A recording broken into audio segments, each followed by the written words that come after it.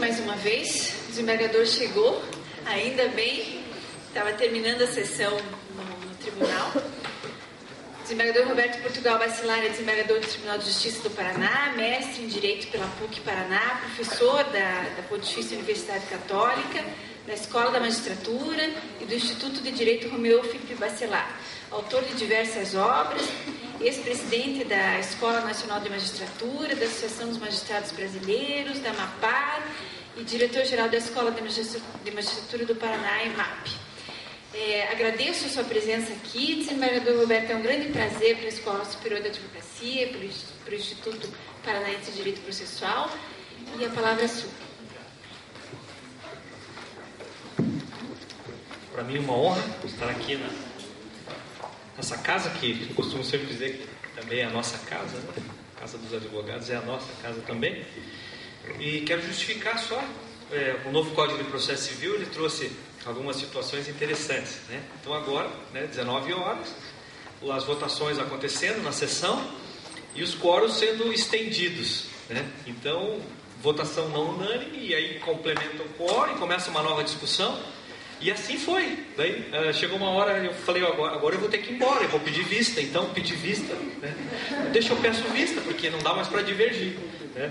Porque agora, do ponto de vista da necessidade das câmaras afinarem os seus entendimentos, está sendo muito bom, porque agora não tem mais jeito, tem que afinar o entendimento, temos que brigar, discutir e lá chegar a uma conclusão. Então foi bem interessante, né? Mas foi esse o motivo da minha demora, então por isso eu quero me penitenciar com os senhores todos, né?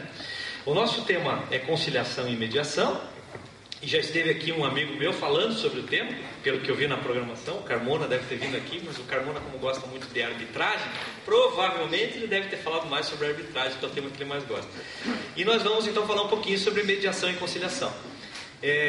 Eu gosto sempre de fazer um paralelo daquilo que nós vivenciamos durante uma história do Brasil em relação à conciliação, em relação aos métodos de resolução de conflitos. E eu sempre faço uma brincadeira, né, que é, se eu tivesse com aquele iluminador, eu iluminaria aqui, aquele laser, né, e os senhores vão ter que me ajudar aqui a fingir que estão enxergando um laser iluminado ali. Vocês estão enxergando um laser aqui, iluminado aqui, né? E essa comparação eu faço porque nós aprendemos dentro dos nossos cursos de direito um raciocínio que é um raciocínio, do ponto de vista do direito, puramente dialético, né? E não estou criticando a dialética, que ela é muito importante. Entretanto, é um raciocínio puramente dialético do ponto de vista do direito, que implicou em algumas consequências e algumas falas, Carnelútica, Lamandrake, Ovenda, e nós acabamos recebendo essa base histórica desses profissionais do direito, que diziam o seguinte: o que está iluminado nessa bolinha vermelha que eu projetei aqui está no mundo, o que não está iluminado não está no mundo. E o tempo passa e nós continuamos a repetir. Como juiz eu digo, o que está nos autos de processo está no mundo, o que não está nos autos de processo não está no mundo.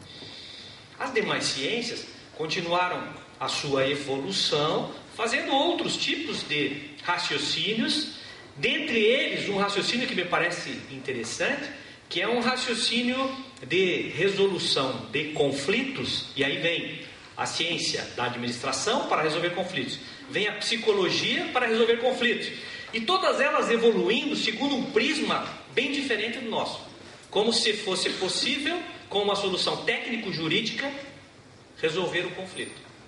E é isso que nós fazíamos. E eu lembro de ler, né, muitas dessas obras, elas diziam assim: o juiz, substituindo a vontade das pessoas, aplica a lei ao caso concreto e promove justiça. E durante muitos anos, quando eu lia isso, gerava uma certa alegria, alguma coisa assim: nossa, eu como juiz, eu substituo a vontade das pessoas, aplico a lei ao caso concreto e faço justiça. Se nós pararmos para pensar, e isso está escrito em tantas obras que nós estudamos, como que nós avaliaríamos isso hoje? Será que isso é verdade? Põe um ponto de interrogação e aí passa a pensar: será que isso é verdade? O juiz, substituindo a vontade das pessoas, aplica a lei ao caso concreto e promove justiça. Então você para pensar um pouquinho sobre isso. Depois você continua pensando naquela bolinha iluminada lá, o que não está nos autos, não está no mundo.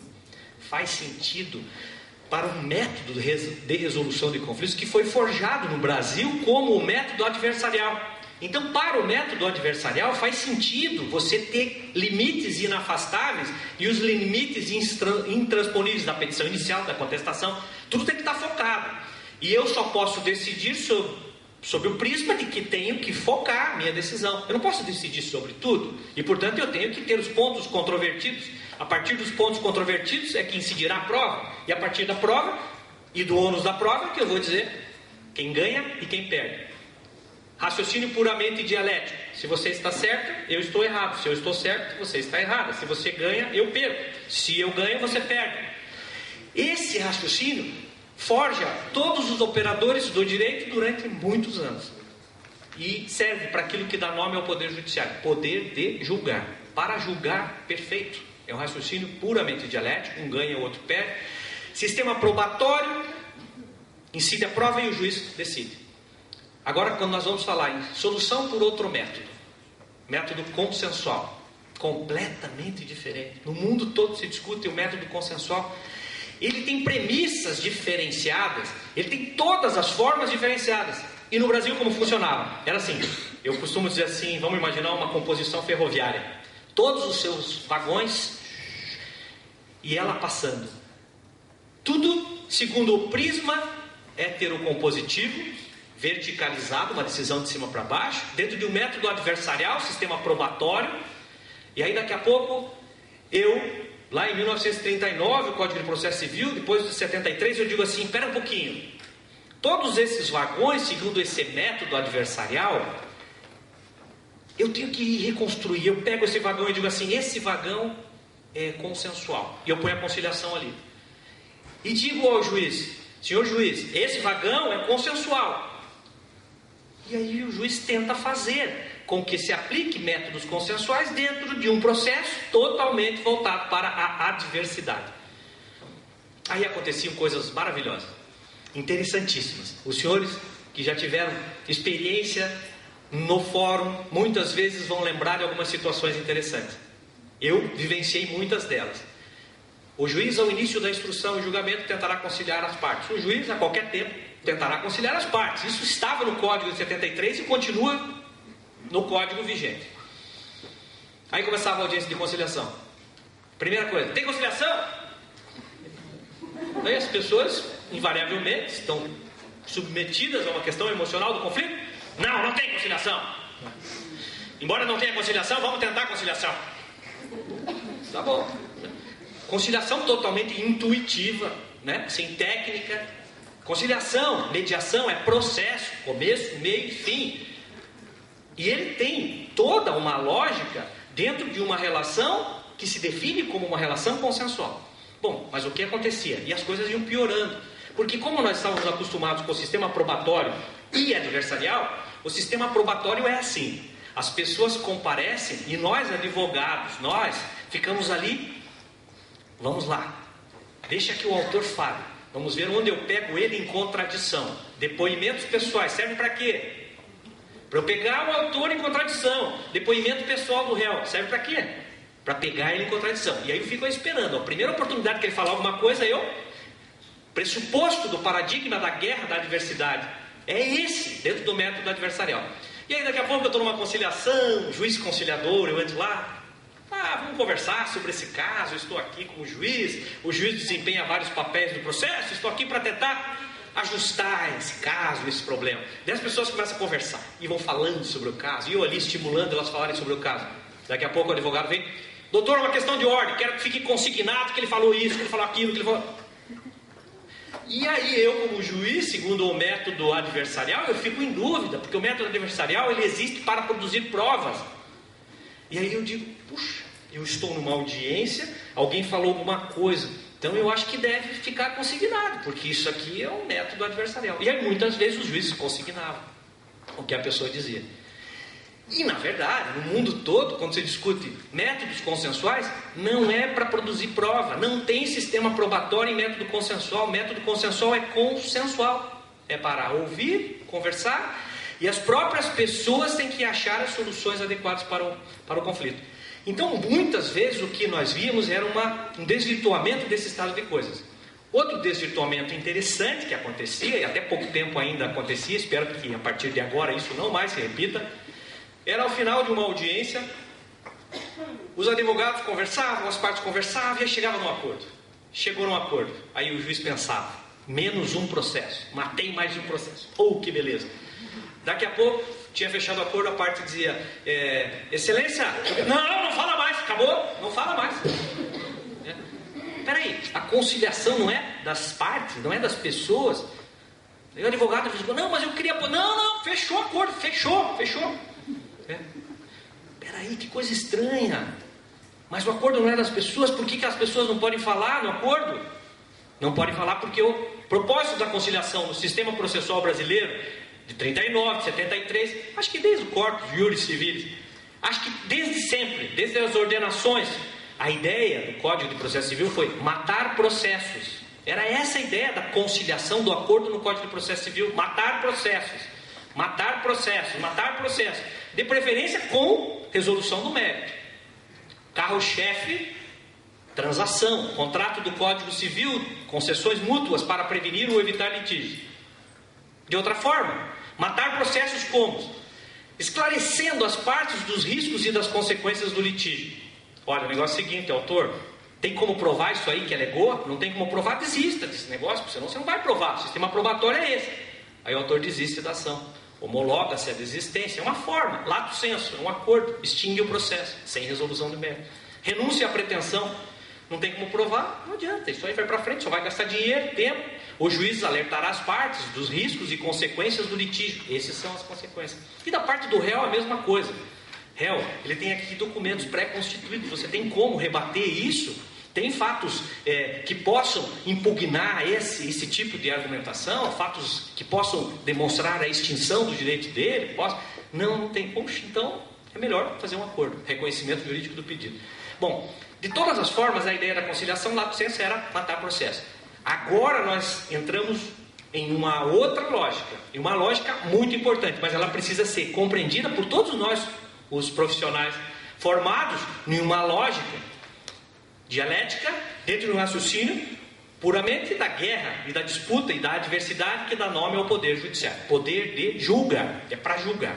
Bom, agora entra outra lógica. Agora eu pego aquela lâmpadazinha, aquele foco, e eu vou estendendo aquele foco, e vou ampliando aquele foco, e eu ilumino toda essa sala. E alguém pergunta assim, o que interessa na conciliação ou na mediação? Eu digo, tudo interessa. Tudo interessa. Aí alguém vai levantar a mão e vai dizer assim, espera um pouquinho, dentro do raciocínio jurídico que eu desenvolvi, se tudo interessa, nada interessa, porque eu não posso julgar sobre tudo. Eu não posso julgar sobre tudo. Ótimo, é isso mesmo. Você não pode julgar sobre tudo. E tudo interessa porque você não vai julgar sobre nada. Você vai deixar que as pessoas conversem sobre um caso e a partir da conversa das pessoas as soluções vão transparecer. Então eu pego o raciocínio puramente dialético, transformo aquela lâmpadazinha focada em tudo interessa e eu passo a desenvolver um raciocínio que tem sido chamado de eslético. Eslético. A palavra vai nascer na língua portuguesa, dizem alguns, porque quando você fala em transdisciplinaridade, algumas palavras elas são trazidas de outras áreas do conhecimento. Essa vem da pedagogia, da transdisciplinaridade. Já se falou em interdisciplinaridade, já se falou em multidisciplinaridade. Hoje a palavra transdisciplinar veio lá da ideia da Piaget, chegou a utilizar essa palavra durante algum tempo, em algumas conferências, e depois essa palavra foi sendo transportada, e agora nasce Edouard de Bono, fala em raciocínio eslético. De onde quer que venha o argumento é considerado. Não há oposição de ideias, há uma construção de ideias em prol de um objetivo comum. Tem tudo a ver com a mediação e com a conciliação também. Então, tem tudo a ver com os métodos consensuais. Então, mudou o prisma que era da sentença, solução heterocompositiva, verticalizada, passa a ser agora um prisma do consenso. um prisma do tudo interessa e tudo é questão que deva ser levantada e apreciada a partir do conhecimento que as partes têm do caso e não o conhecimento que nós profissionais do direito temos do caso. Diria assim, no raciocínio anterior, eu diria que o que não está nos autos não está no mundo. Algumas vezes a justiça estava lá, fora dos autos, e aí eu dizia que eu não podia fazer nada, lavava as mãos. Pois agora eu tenho que dizer que a justiça é um valor muito complexo para ser acessado apenas do ponto de vista técnico-jurídico. Eu tenho que pensar que a justiça como valor, ela é muito mais complexa do que nós imaginamos os profissionais do direito aplicando a lei ao caso concreto. Parece interessante isso. E aqui trago 2 pesquisas que são trabalhadas a partir desta lógica, de uma lógica transdisciplinar, uma lógica maior. Tem 2 pesquisadores que fizeram isso em Londres, e interessante que o sistema judiciário não se interessou por essa pesquisa deles. Posso pegar esse copo? John W. Tiboh e Lawrence Walker. 2 pesquisadores começaram a fazer uma pesquisa assim. Você, pessoa que comparece no ambiente da justiça, o que você acha da justiça? Como foi o seu processo? E aí tinha lá eles chamam isso de um formulário semi-estruturado, e a pessoa ia respondendo. Centenas de pessoas respondendo ao mesmo formulário. Aí ao final, as conclusões começam a aparecer. Então lá na Inglaterra, chegou-se à seguinte conclusão. Quanto mais as pessoas, as partes, eu estou falando das partes, elas participam do processo, e quanto mais as partes participam do resultado encontrado, mais elas aceitam o processo e o resultado encontrado como justo. Eles estão trabalhando aqui procedimento justo, é o nome que eles deram para essa pesquisa. Bom, ok, até aí eu acho que não tem muita novidade, porque me parece até meio lógico isso. Quanto mais eu participo do processo, quanto mais eu participo do mérito daquilo que eu encontro, mais eu aceito aquilo como justo. Ok. Daí, eles pegam a figura do terceiro. Vamos imaginar juiz, conciliador, mediador, negociador, facilitador. Eles dizem assim, quanto menos este terceiro interfere na relação, quanto menos esse terceiro interfere no processo, e quanto menos esse terceiro interfere no resultado, mais as pessoas aceitam o resultado, o processo, como justo. Pô, que coisa interessante. Então, tem alguma coisa aqui a mais do que aquilo que nós imaginávamos. Daí os administradores pegam isso, os psicólogos pegam isso, todo mundo começa a trabalhar isso. Administradores para ganhar mais dinheiro, os psicólogos para resolver os seus problemas internos, dos seus pacientes, trabalhando com essas pesquisas. E o sistema judiciário pouco trabalhou. Aí vem uma teoria do conflito para tentar entender essa lógica de escalonamento, lógica de desenvolvimento do conflito, e vem uma teoria do conflito, e vem trabalhar o que é o conflito, como que ele nasce, como que ele se desenvolve, como ele pode ser resolvido. Outros pesquisadores em outras universidades, nos Estados Unidos, Deborah Road, uma pesquisadora dos Estados Unidos, faz uma pesquisa semelhante e chega à conclusão mais ou menos semelhante. Quanto mais as pessoas têm a possibilidade de participar do processo, mas elas aceitam o processo como justo. Quanto mais as pessoas têm possibilidade de participar do mérito de um conflito, do resultado, mais elas aceitam esse resultado como justo. Também parece interessante a mesma lógica. Então, vemos uma outra pesquisa de um pesquisador que trabalhou com o Mauro Capelletti e Brian Gart, desenvolveram o projeto Florença, Acesso à Justiça, década de 80. Esse projeto pesquisou no mundo todo o que era acesso à justiça e estabeleceu as famosas ondas de acesso à justiça, ondas renovatórias de acesso à justiça. Primeira onda, vamos dar advogado ao pobre, ou acesso à justiça ao pobre. Vamos permitir que o pobre tenha acesso à justiça. Segunda onda, não adianta resolver só conflitos individuais. Temos que resolver com uma decisão várias questões. E aí o Brasil entra nesse contexto com o Código de Defesa do Consumidor, leis ambientais e assim por diante. Terceira onda, multiplicar as portas de acesso à justiça, múltiplas portas. Hoje, centros judiciários de solução de conflitos, SEJUSC, juizados especiais lá de 84, juizado de pequenas causas, depois 95, juizados especiais civis e criminais, depois 2001, juizados especiais do ambiente federal, depois juizados especiais da fazenda pública, e assim vai. Múltiplas portas de acesso à justiça, ao lado, paralelamente, à justiça tradicional, para não falar justiça comum, porque esses órgãos juizados fazem parte da justiça comum ordinária. Então, ao lado da justiça tradicional, outros órgãos dentro da justiça comum que davam procedimentos especiais e diferenciados. E o que isso fazia de diferença dentro dessas ondas? Um pesquisador que trabalhava com o Mauro Capelletti, chamado Kim Economides, o nome dele, é ruim a pronúncia, mas é essa mesmo. Em determinado momento, ele era jovem pesquisador, mas hoje acho que já não vai estar tão jovem assim, né? Na época que começou a pesquisa, mas a pesquisa é antiga. Daí esse jovem pesquisador, na época, então, ele começa a trazer outras questões. E ele traz uma questão que me parece interessante e que eu quero trazer para que nós possamos aqui compartilhar e pensar juntos. Ele diz assim: acesso à justiça, que acesso à justiça é esse? O que você, advogado, e aponta o dedo para você, advogado, diz assim: o que você, advogado, acredita no acesso à justiça que você promete para o cidadão? Você, profissional de direito, que acesso à justiça é esse que você promete? E ele aponta o dedo para o juiz e diz assim: você, juiz, que acesso à justiça que você dá, você acredita no acesso à justiça que você dá? Ou isso é uma promessa? E aí ele começa a fazer essas provocações e ele diz que acesso à justiça tem que passar também pela nossa concepção de justiça ou de acesso à justiça. E aí começa a sacudir a nossa cabeça, porque nós falamos como um discurso formal de acesso à justiça, mas será que nós acreditamos na justiça que nós prometemos ao cidadão? E aí você põe ponto de interrogação. E aí vem de novo a ideia da visão trans. Trans por quê? Porque eu tenho que transitar pelas disciplinas, sem fronteiras ou divisas, para tentar achar onde quer que tenha um conhecimento, para poder socorrer a minha atividade profissional e eu ser o melhor profissional. E como é que eu faço isso? Eu faço isso pensando de maneira transdisciplinar. Vou na psicologia, vou na ciência da administração, vou buscar pesquisas para entender o conflito primeiro. E depois de entender o conflito, saber que o conflito merece várias formas de resolução adequadas. Acesso à justiça passa a não ser mais acesso ao poder judiciário, como falavam as primeiras ondas de acesso à justiça. Acesso à justiça passa a ser acesso à solução adequada do conflito, dentro ou fora do sistema judiciário, nos escritórios de advocacia, nas comunidades, nas praças, onde quer que seja.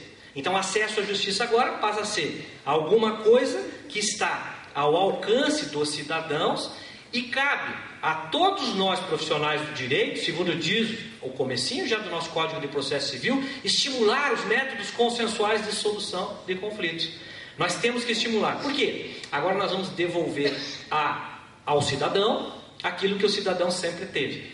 Muitos doutrinadores estão falando em empoderamento. Então nós vamos empoderar o cidadão a resolver diretamente os seus conflitos sem necessidade de intervenção do Estado juiz. Eu digo, nós vamos devolver ao cidadão o poder que ele sempre teve de resolver os seus conflitos de uma maneira mais adequada. Não precisa levar todos os casos ao poder judiciário. O princípio da inafastabilidade, da indeclinabilidade, não significa dizer que todos os casos devem ser levados à apreciação do poder judiciário, mas sim que só os casos que precisem de uma solução técnico-jurídica que devem ser solucionados perante o Poder Judiciário.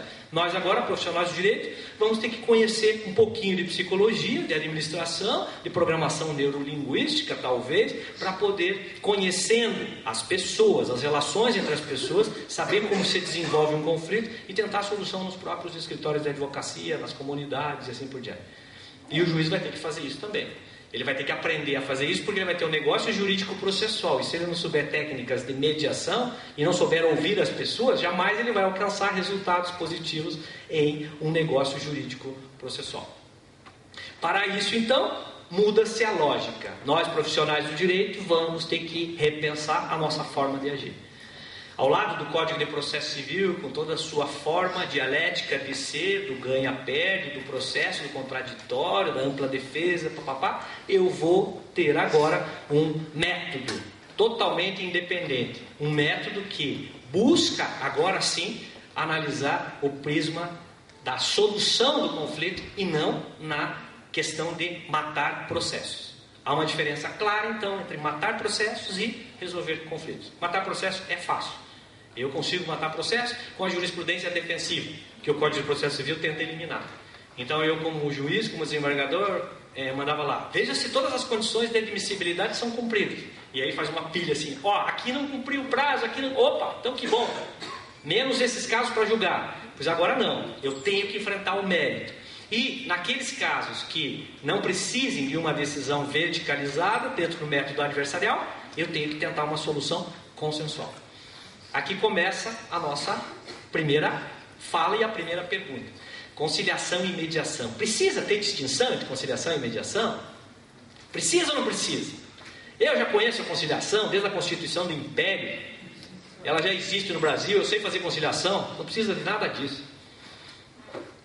Aí, o que nós percebemos é que é muito importante. Embora na Espanha eles não distingam, em outros países eles não distingam, tudo eles chamem de conciliação ou chamem de mediação.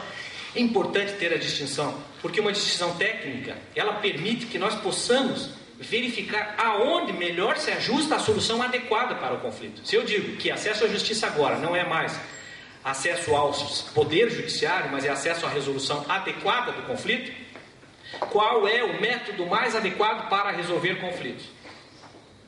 Põe um ponto de interrogação. Eu não sei, depende do conflito, mas eu tenho que agora começar a saber triar os processos para saber aonde encaminhar adequadamente esses casos para que eles tenham a solução mais adequada para o conflito. Daí vem a doutrina, então começa a distinguir. Conflito que envolva relações multiplexas, ou seja, relações de vários vínculos, exige o profissional também com uma visão multiplexa, um profissional com visão transdisciplinar, para poder verificar que, resolvendo a lide, segundo Carnelucci, conflito de interesses qualificado por uma pretensão resistida, aquela bolinha que eu foco ali, é a questão levada à apreciação do Poder Judiciário, resolvendo a lide eu resolvo o conflito. Não. Resolvendo o conflito, eu resolvo o conflito. Resolvendo a lide, eu resolvo um fragmento do conflito que foi submetido à apreciação do Poder Judiciário. E, portanto, resolver conflito, principalmente em relações multiplexas, exemplo, relação de família. Tem a relação entre marido e mulher, sogro e sogra, cunhado, filhos, netos e assim vai. São relações de vários vínculos. E aí o Código de Processo Civil fez uma opção. Falou existir ou não relacionamento anterior entre as pessoas, como uma forma de distinguir conciliação e mediação. É uma primeira forma, né? A conciliação é mais adequada nos casos em que não há vínculo anterior entre as pessoas. Eu diria, não há relação anterior entre as pessoas. E não é relação jurídica, é qualquer tipo de relação.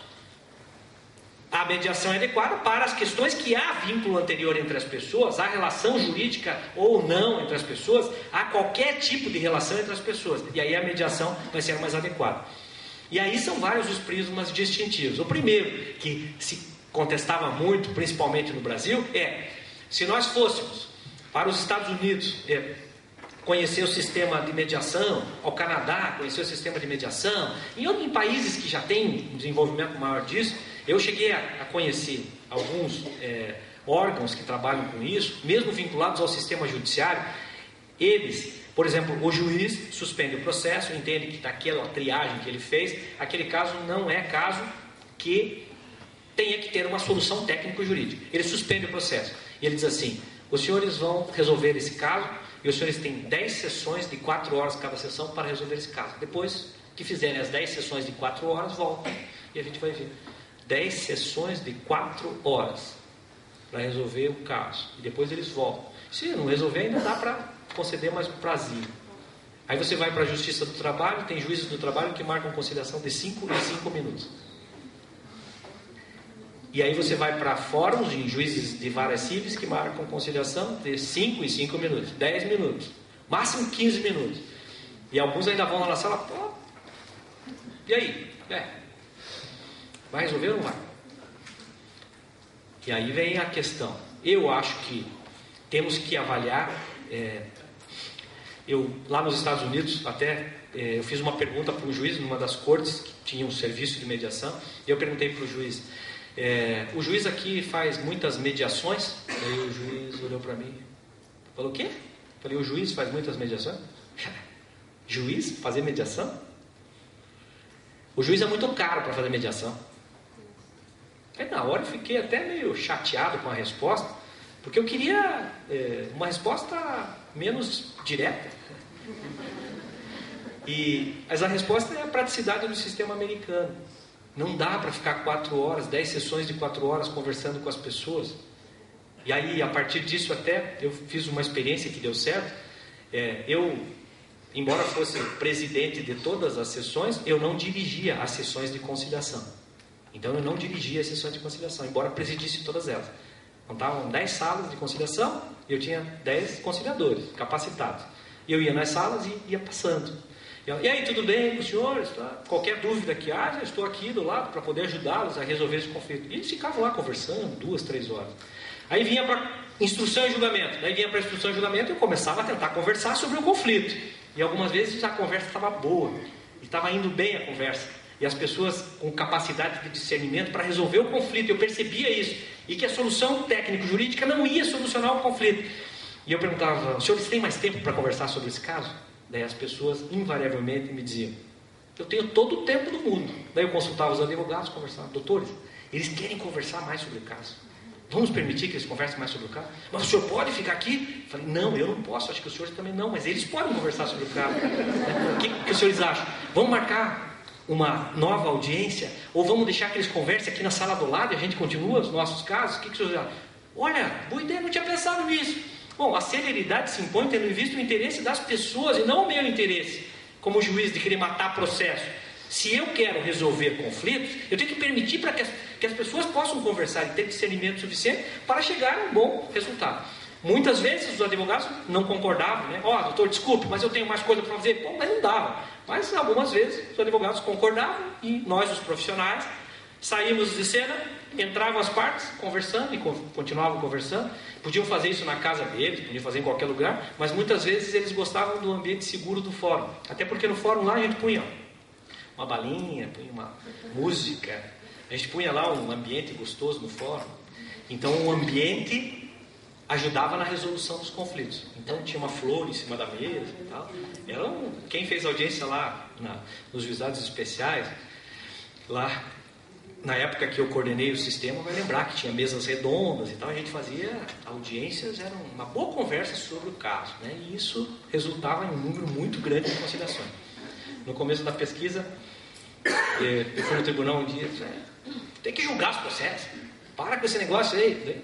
Eu não preciso nem falar para vocês, né? Quando eu pintei a sala, pus música, pus aroma na sala, já disseram que eu derramava água da bacia, que esse juiz é boiola, esse juiz é... Aí eu ficava lá, né, sem saber muito o que falar, né? Agora, depois que 2 anos trabalhando, daí vieram os resultados. Aí cada juizado tinha lá 3.000 processos, né, em andamento. Depois de 2 anos trabalhando nesse projeto, investindo em capacitação, ambiente, tudo com mesa redonda, com aroma na sala, com musiquinha e tal, tudo certinho. Aí eu fiquei com 800 processos. Daí fomos ver as outras secretarias, elas tinham 3.000. Né? Então, quando conciliava o processo ia para o arquivo, não tinha recurso. O processo ia para o arquivo, não tinha a fase executória. O processo ia para o arquivo, as pessoas saíam felizes, eu saía feliz. E o processo não terminava, né? Daí um dia eu fui chamado no tribunal. O que foi? Bacelar, seguinte, né? Acho que nós vamos ter que extinguir aquele teu juizado, tem muito pouco processo. Puxa, daí eu falei, o prêmio, né? É o prêmio de trabalhar e extinguindo processos sem matar processo, resolver conflito. E quase que extinguiram a vaga. Aí eu preferi que houvesse uma redistribuição. Todos, né? Redistribuição, enche o processo, enche a vara de novo de processo e a gente trabalha da mesma forma, mas aí mais devagar, né? Não vamos julgar muito, não vamos conciliar muito. Senão eles vão querer extinguir a vaga. Essa observação, né, tem a ver também já com a ideia da interdisciplinaridade, transdisciplinaridade, porque o ambiente é na resolução dos conflitos. Se nós estivéssemos aqui agora, se tivesse um banheiro fedido ali, certamente nós não estaríamos bem, né?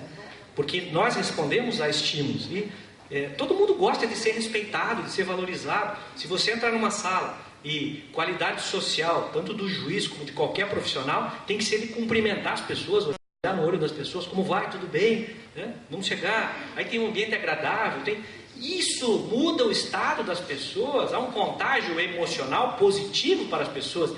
Isso não é o direito que vai nos ensinar. A própria teoria do conflito, ela explica um pouco disso, né? O conflito se desenvolve em espirais e você tem condições de desfazer as espirais do conflito desde que você aprenda a melhor se comunicar. Então, dizem, né? fazendo uma comparação, a teoria é bem complexa, eu não vou ficar aqui discutindo a teoria, até porque precisaria de conhecimento em psicologia, antropologia, para discutir a teoria do conflito. Mas no primeiro momento, o que a gente tem da teoria do conflito é que no raciocínio nosso e numa compreensão nossa do dia a dia, os conflitos, quanto mais aumenta a população, mais crescem os conflitos e mais rareiam os bens da vida, mais os conflitos vão surgir. Então isso é inevitável. Então os conflitos vão surgir, ok? E a gente precisa tentar aprender a isso, aprender a dar conta disso. Bom, os conflitos surgem como? Daí a gente pode pensar no trânsito, a gente pode pensar nas relações em geral.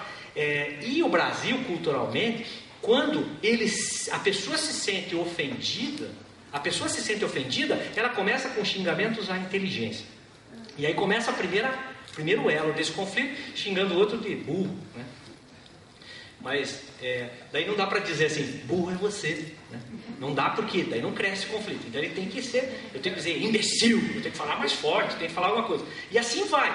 Quando termina os xingamentos à inteligência, normalmente começa os xingamentos à sexualidade, né? Para os homens, relações homoafetivas. Para as mulheres, relações múltiplas ou remuneradas.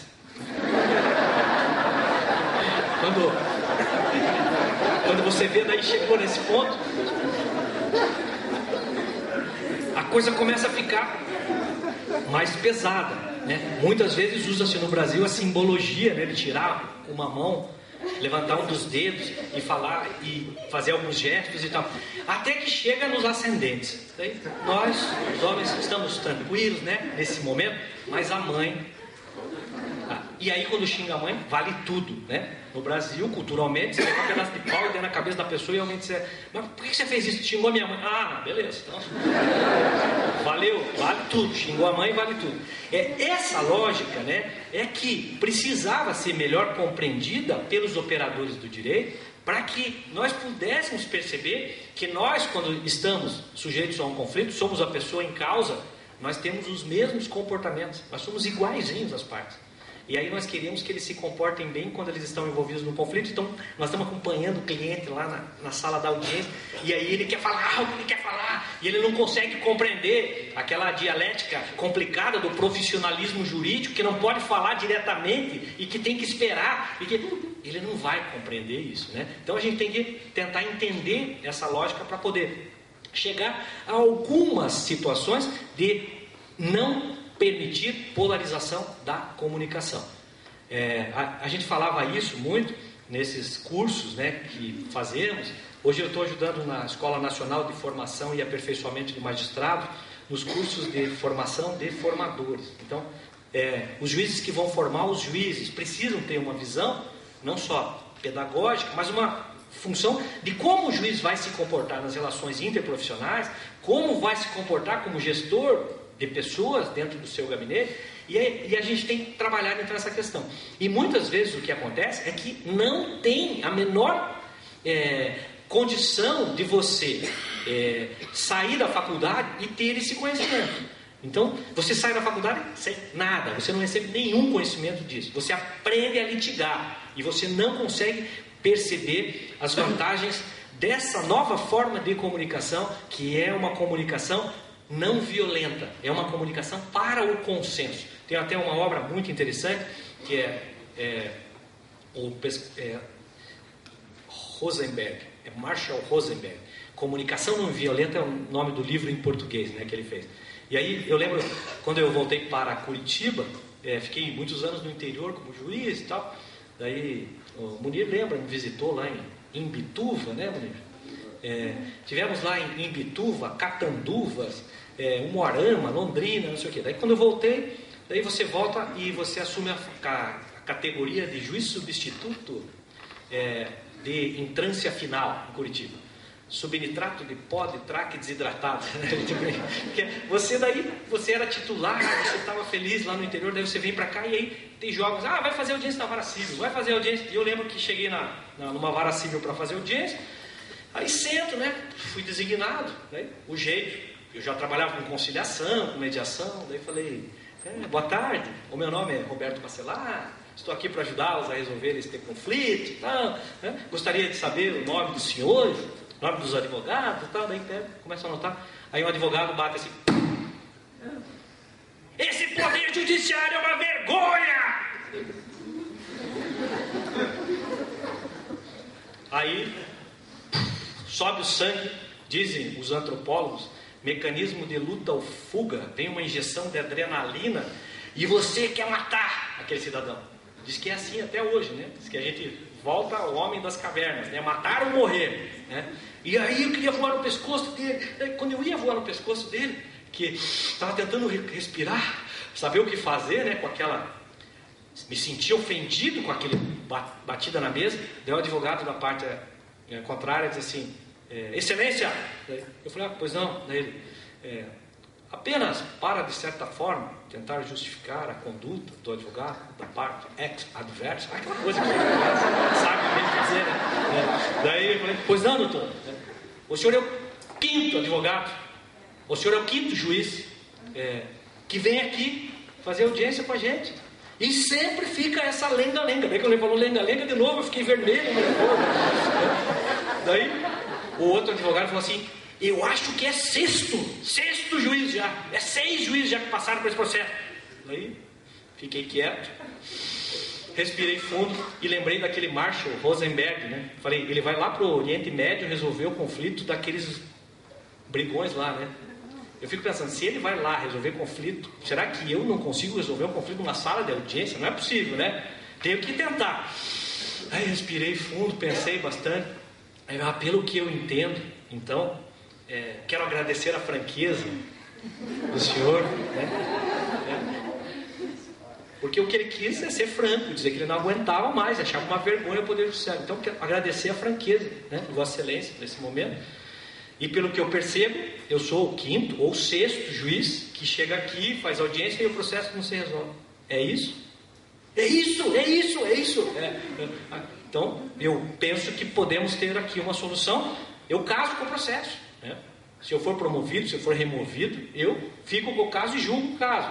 Se os senhores acharem boa essa solução, a gente pode chegar a essa... É isso que a gente quer, doutor. Quase que... Né? Bom, então está definido. Então eu vou ficar com o processo. Não se preocupe que não vai ter 7º juiz, né?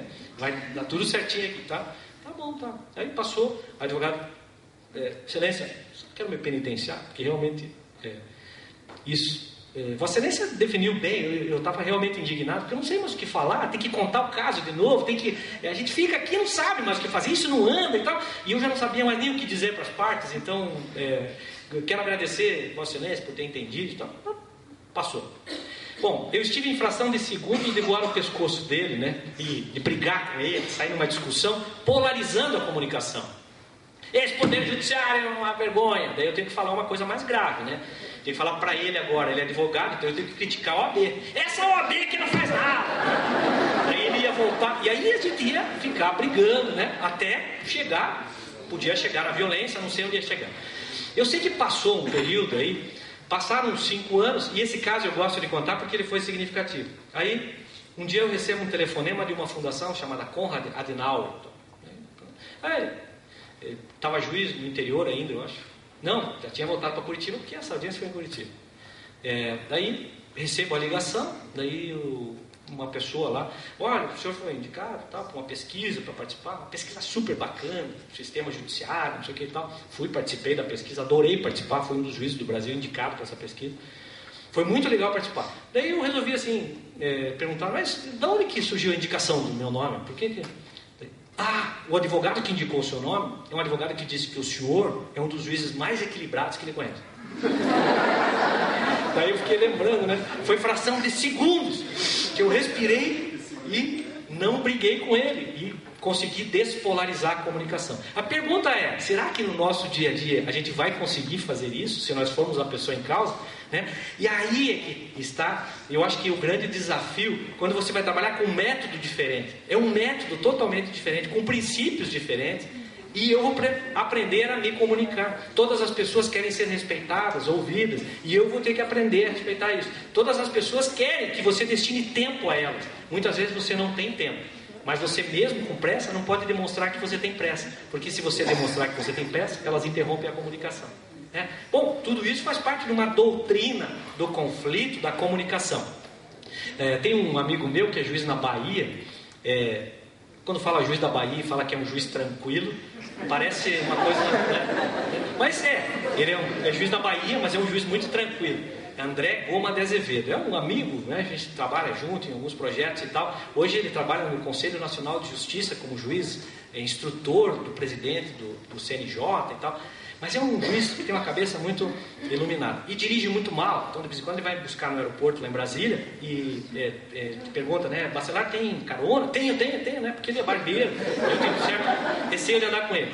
Mas o caso que eu vi mostra que é possível. Ele pegou o carro dele um dia, eu não fugi da carona, aí ele foi na carona dele, tem uma caminhonete, daí ele vai para um lado, vai para o outro com a caminhonete e tal. Daqui a pouco ele trancou um ônibus, daí o ônibus buzinou, ele veio para cá, trancou um Corsinha, um rapaz ali, um jovem ali com um Corsinha. Daí quando o rapaz buzinou, ele veio para cá de novo, o ônibus já estava querendo passar ele de novo, daí ele trancou o ônibus de novo, daí o ônibus buzinou de novo, aí ele voltou e trancou o Corsa de novo. Bom, nesse momento começou a espiral do conflito e a escalada da adversidade. O rapaz começou, burro, imbecil, idiota, foi, sexualidade, tirou das mãos para fora, levantou um dos dedos, até que chegou nos ascendentes. Filha da... E xingou mesmo. E xingava ele. E ele ali, dirigindo. Daí eu falei, André, o cara tá furioso com você, o cara tá xingando a tua mãe. Daí ele dirigindo. Bacelar, na verdade, o que ele está dizendo é que eu preciso melhorar as minhas habilidades como motorista. Quando ele falou isso, eu vou dizer para vocês que eu tive um acesso de riso que começou a me dar dor na barriga, eu não conseguia parar de rir. Vá ser equilibrado assim, rapaz. Lá na Bahia, né? Olha, eu comecei a rir, daí ele começa a rir também, e a gente começa a rir. Daqui a pouco eu olho para o rapaz. Nossa, vocês não imaginam. O rapaz queria matar a gente. Porque ainda estávamos rindo dele. Esse tem cabimento, uma coisa dessa. Bom, esse caso para mim me despertou uma questão, como dizem os jovens no dia a dia, caiu a ficha, né? Caiu a ficha. Quem que é responsável pelas nossas emoções? Quem que é responsável pelas nossas emoções? Quem que é? Nós mesmos. Se nós somos responsáveis pelas nossas emoções, o que aconteceu naquele dia foi surpreendente, porque nós fomos lá, nós estávamos indo dar uma aula lá, nós fomos na UNB, lá demos uma aula, conversando com os alunos, foi super gostoso, né? Imagina o procedimento tradicional nosso, de ser humano, que... Eu vou dizer, nós estamos em dois, André, para o carro e dá uma porrada naquele carro. E aí a gente vai brigar com o rapaz, a gente vai, e aí vai xingar, e vai ser xingado, e onde é que nós vamos chegar com esse xingamento, com essa escalada do conflito? Bom, essa questão é fundamental para que a gente possa perceber que todos os dias da nossa vida podem ser e se transformar um verdadeiro laboratório.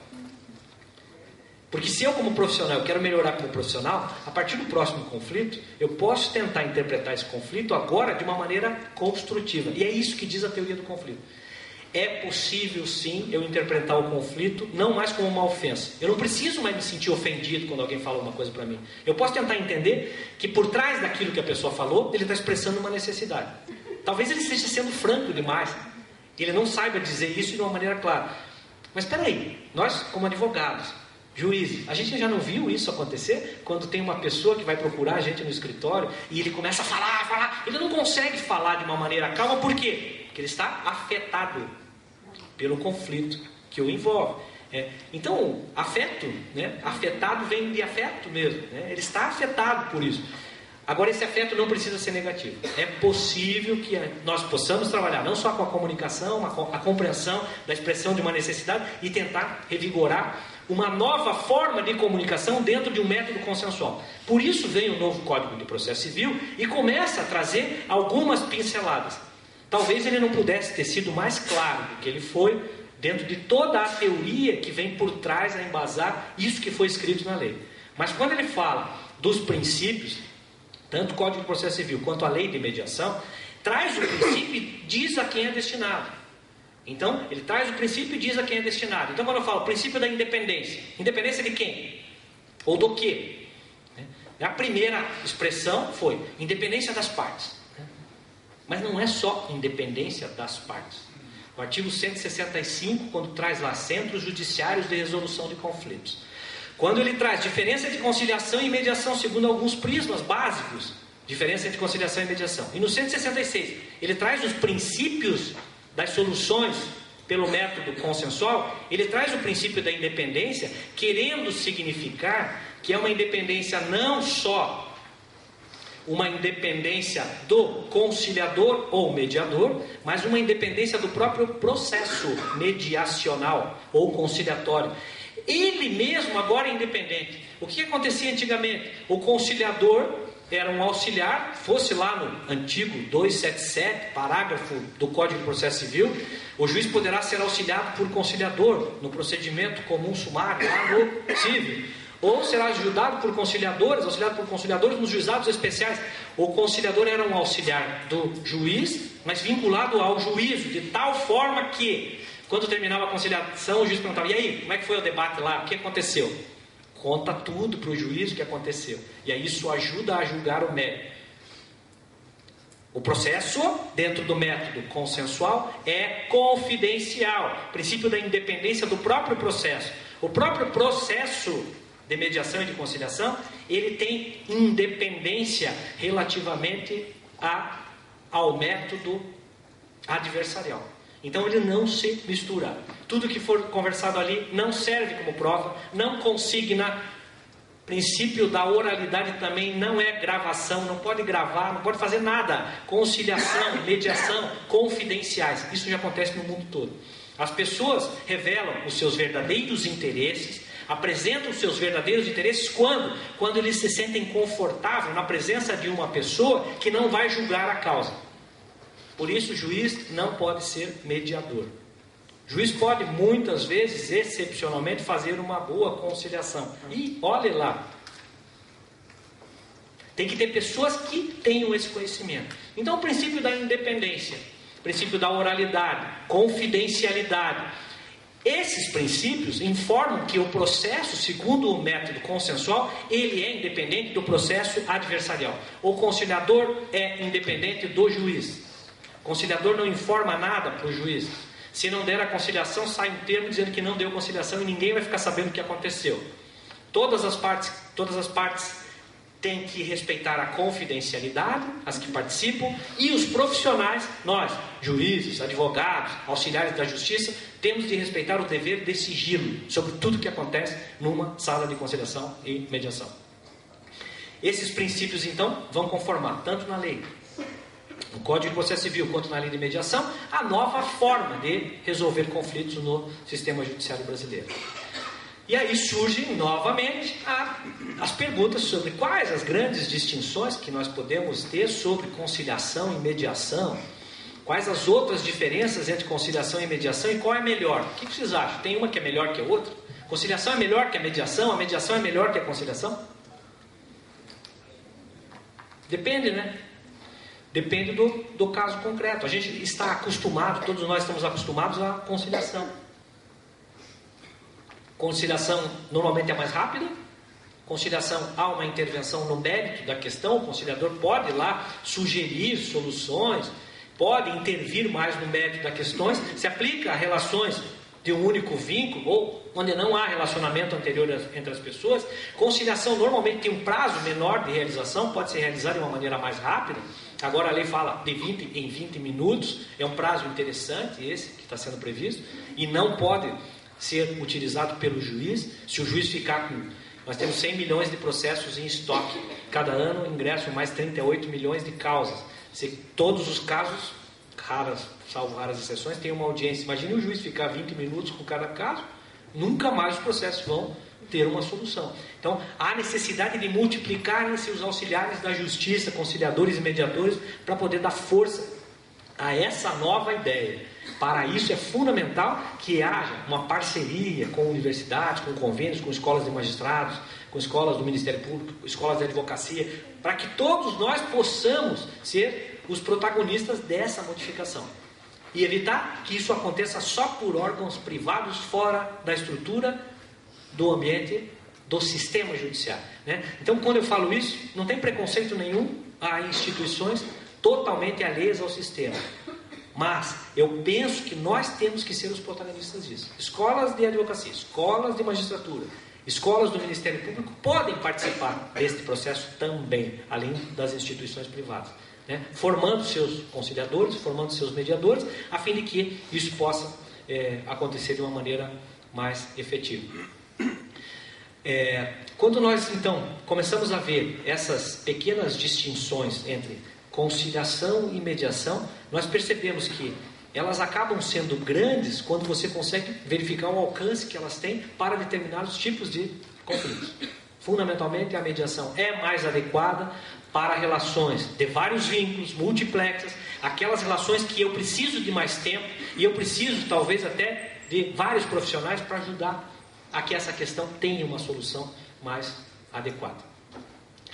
Distinção entre conciliação e mediação é o primeiro prisma, depois vem a lei. Eu marquei aqui algumas coisas que considero inovação e dizem o seguinte, que nós devemos, a partir desses, verificar aqui quais são as distinções entre a lei de mediação e o Código de Processo Civil relativamente à conciliação e mediação. Bom, primeiro, a lei de mediação não fala em conciliação, ela fala só em mediação.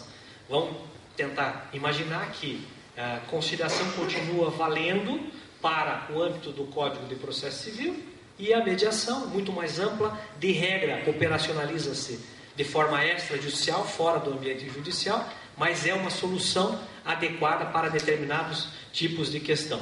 Dizem alguns processualistas que têm se debruçado sobre o tema, que vai prevalecer no Brasil a conciliação. Vai prevalecer no âmbito do Código de Processo Civil a conciliação. E que nós vamos ter muito poucas mediações, né? Não sei se isso vai ser confirmado ou não, mas eu penso que há muitas relações de vários vínculos em que só a mediação vai se mostrar efetiva e adequada para solucionar esses conflitos. Em relação ao artigo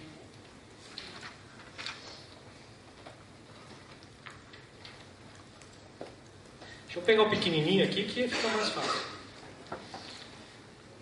Ao 334. Ao 334 há uma grande preocupação. E eu não sei se os senhores já estão tendo problemas com isso. Porque segundo o 334, para todos os casos...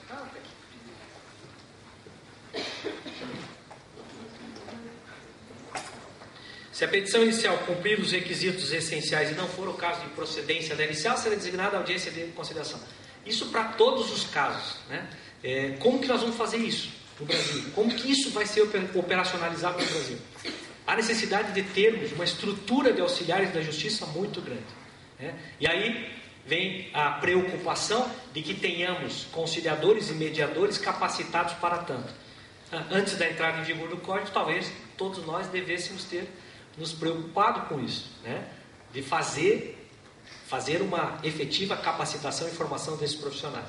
Na verdade, não foi o que aconteceu. Em grande parte dos estados, isso não aconteceu. Então, agora vem o Conselho Nacional de Justiça, está estabelecendo algumas premissas para que isso possa ser estabelecido, e os centros judiciários de solução de conflitos, previstos no artigo 165 do Código de Processo Civil, e mais o artigo da lei de mediação, estão sendo implementados. Aqui tem uma questão que é interessante, que não há inovação relativamente a isso, porque desde 2010 havia uma resolução do Conselho Nacional de Justiça, a resolução 125 de 2010, que já previa estes centros judiciários de solução de conflitos e cidadania. Como que vai ser o funcionamento desses centros e se isso vai ser ou não instrumento de alcance da celeridade? Essa é uma dúvida e que eu não sei dizer aos senhores como vai se resolver.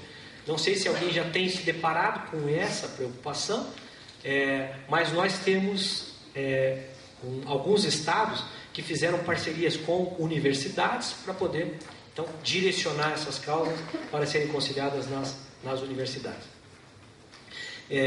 Professora, eu quero abrir o debate com a turma, até porque eu acho que vai ficar mais produtivo, tá bom?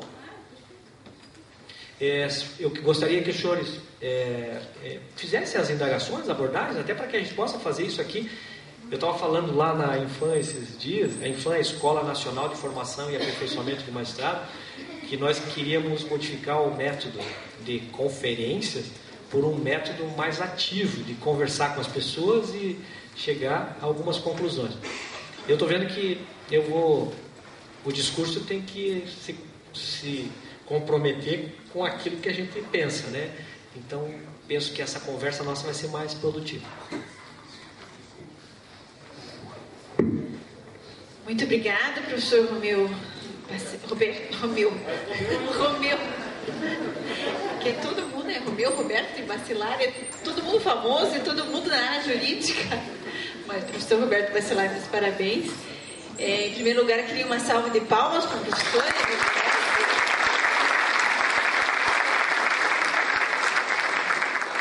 E eu confesso que tinha uma visão um pouco cética dessa praticamente exigência das audiências de mediação e conciliação no novo CPC. E quando nós ouvimos assim um discurso tão entusiasmado e com tanta técnica e resultados positivos, a gente pensa se realmente acho que a visão que nós temos em comum é errada. A gente tem que entender na realidade o que é mediação, o que é conciliação, qual é o objetivo e que ela pode ser muito profícua dependendo dos operadores, né, dos profissionais que forem habilitados para isso. Né. As perguntas estão abertas, quem quiser fazer por escrito ou se quiser, já tem algumas, se quiser também microfone, Elisana, se tiver, acho que o desembargador gostou. Na hipótese de o réu pugnar pela realização de audiência de conciliação, quando o autor se manifestou contrariamente, pergunto, a não apresentação de proposta concreta de conciliação pelo réu em audiência pode ensejar multa por litigância de má-fé a conduta tentatória à dignidade da justiça? Fábio Luiz Antônio. Fábio, está onde, Fábio? Fábio, aqui tem duas questões que foram bem debatidas ainda por ocasião do projeto, né? Da discussão do projeto.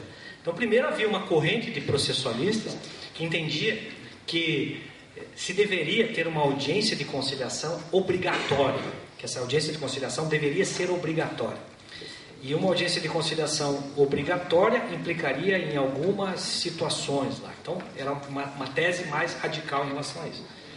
Depois veio uma tese intermediária que dizia assim, ela é obrigatória desde que um queira.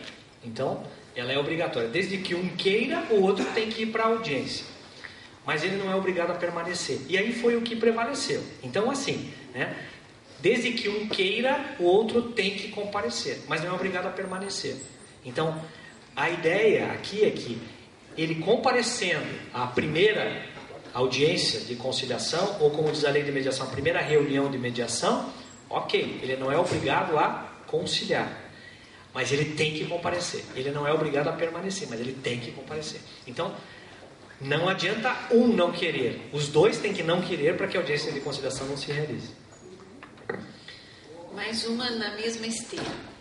Professor, nas audiências do artigo 334 do CPC 2015, a presença da parte é obrigatória ou apenas o advogado com poderes para transigir supre a presença da parte? Juliano Marcondes. Essa é muito interessante, porque vai dar muita polêmica, porque dizem que a lei não contém palavras inúteis, né? É o que eles dizem, embora a nossa lei sempre contenha palavras inúteis. Mas o que se distingue aqui é assim, na lei dos juizados especiais já teve uma discussão a respeito disso, quando a lei dizia assim, as partes deverão comparecer assistidas por advogados nas causas superiores a 20 salários mínimos. Nas causas de valor inferior a 20 salários mínimos, as partes poderão comparecer pessoalmente, né? podendo ou devendo. Então, aquela primeira interpretação era assistidas por advogado. Peraí, assistidas por advogado? Se a gente for para o Código Civil, assistência e representação, assistência tem que estar os dois, né? Tem que estar a parte e o advogado. Se a facultatividade dos juizados especiais nas causas de até 20 salários mínimos era só até 20 salários mínimos, ela tinha que comparecer pessoalmente. Se a causa fosse superior, tinha que comparecer com o advogado. Mas era assistência. Não poderia o advogado, somente ele, comparecer, porque aí seria representação. Vamos ver o que diz a lei. Se ela não contém palavras inúteis, vamos lá ver. Vamos achar onde que está aqui.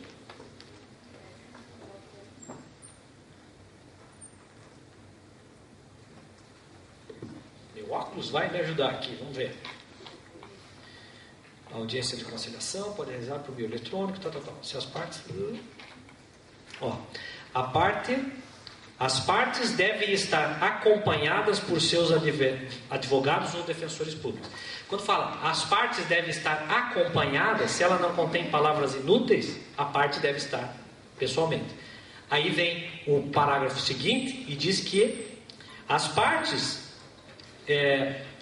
a parte poderá constituir representante por meio de procuração específica, com poderes para negociar e transigir. Então, a parte deve comparecer pessoalmente. Se não puder comparecer pessoalmente, ela pode ter um procurador.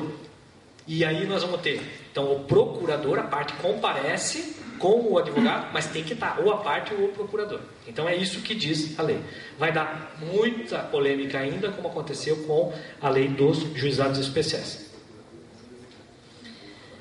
Mais um. O advogado e a mediação. Como o advogado deve proceder? Ele pode oferecer ao seu cliente a possibilidade de buscar uma câmara de mediação? Como ficam os honorários dele? Vai compensar? Antes de entrar com a ação. Tem uma flecha aqui, antes de entrar com a ação. Olha, eu acho que isso aqui vai acontecer com o tempo. Quem que está fazendo essa pergunta? Não diz? Bom, eu acho que aqui é uma questão de cultura, né? Nós vamos ter que ter essa cultura. Eu penso que se o escritório de advocacia puder, eu conheci alguns escritórios de advocacia que já estão adequados, né? E já tem um setor de conciliação e mediação prévia lá no escritório, antes do ajuizamento da ação. Então eles já se reúnem, tem lá um ambiente adequado para eles conversarem, tem auxiliares que fazem essas conciliações. Algumas vezes o próprio advogado faz essa conciliação, né? Em alguns lugares do mundo isso é regra já, né? Você vai nos Estados Unidos, por exemplo, um setor lá, tem o escritório de advocacia que nós conhecemos em um curso. O escritório tem 20 andares, né? Esse escritório de advocacia em Washington, D.C., né? Tem 20 andares. 5 andares são para mediação, né? Então 5 andares do escritório são destinados à mediação. Bom, culturalmente, quer dizer, é completamente diferente, nós estamos começando agora com isso, mas eu penso que pode haver, se o escritório não quiser fazer ele próprio essas mediações prévias, essas conciliações, o que ele pode fazer é escolher uma câmara privada de conciliação para poder tocar isso, mediante o cálculo de percentuais. O advogado ganha do seu trabalho. Eu não vejo como o advogado delegar isso para uma câmara de arbitragem sem que ele tenha o seu ganho. Ele vai ter que fazer isso mediante um cálculo de percentuais. Uma questão que eu quero trazer aqui também, que eu acho interessante, quando eu fazia audiências de conciliação e eu presidindo as audiências de conciliação, eu sempre dizia para as pessoas, e algumas pessoas assim, tem uma técnica que fala que chama-se de afago. Ela foi mal interpretada no Brasil.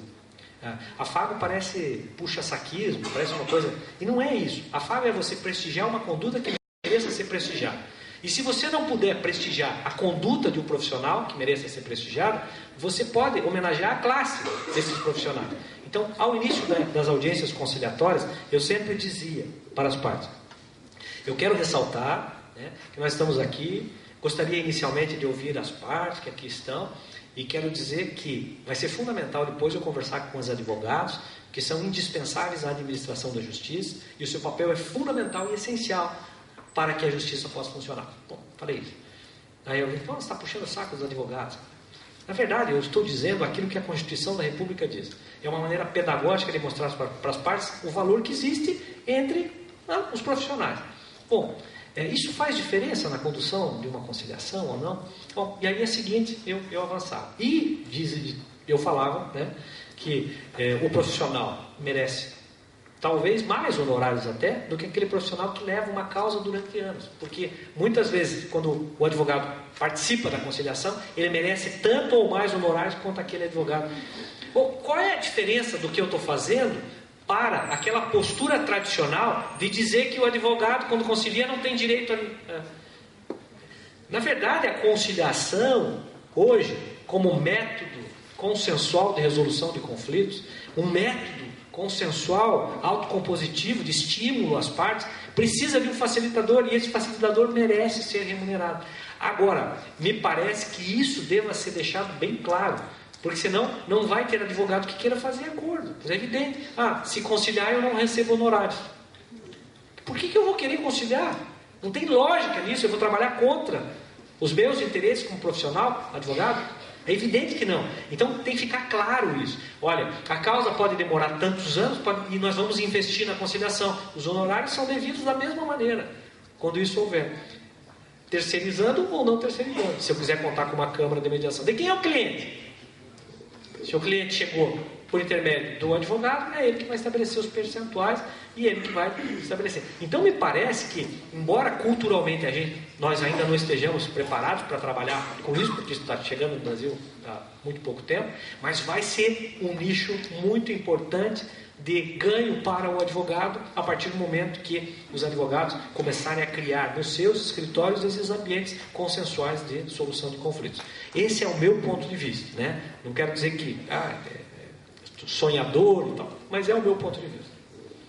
Inclusive, muitos já estão dizendo que é um novo ramo da advocacia, é a atividade de mediação e conciliação, pelo advogado. E você sabe que no projeto originário, lá atrás, eu participei da discussão daquele projeto, tinha uma posição de que todos os conciliadores e mediadores deveriam ser advogados, obrigatoriamente, né?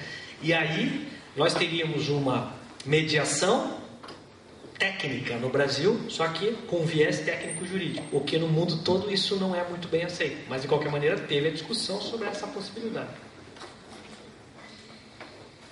Conciliação. Hoje já se pede na inicial. Se for o juiz que fizer, como fica a confidencialidade? Ou posso impedir? Não é problema para o advogado em termos remuneratórios e as custas?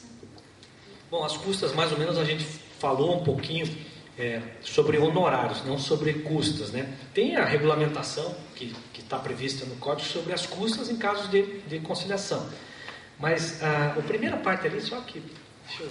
Conciliação hoje já se pede na inicial. Conciliação já se pede na inicial. Se for o juiz que fizer, como fica a confidencialidade? Bom, aqui é interessante que fiz muitas conciliações, né? E eu dizia até que algumas vezes acontecia de fazer verdadeiras mediações. Eu entrava na sala de audiência, começava a conversar com o juiz e falava: o juiz desempenha vários papéis no processo. Eu aqui hoje estou com um papel de conciliador, então os senhores podem ficar à vontade, pode falar tudo que os senhores quiserem falar. Se quiserem fazer propostas de acordo, podem fazer as suas propostas, porque caso não seja possível chegar a uma conciliação, depois eu não vou poder usar isso que foi conversado para fundamentar uma futura decisão. O que vocês acham desse meu discurso? Esse discurso não convence.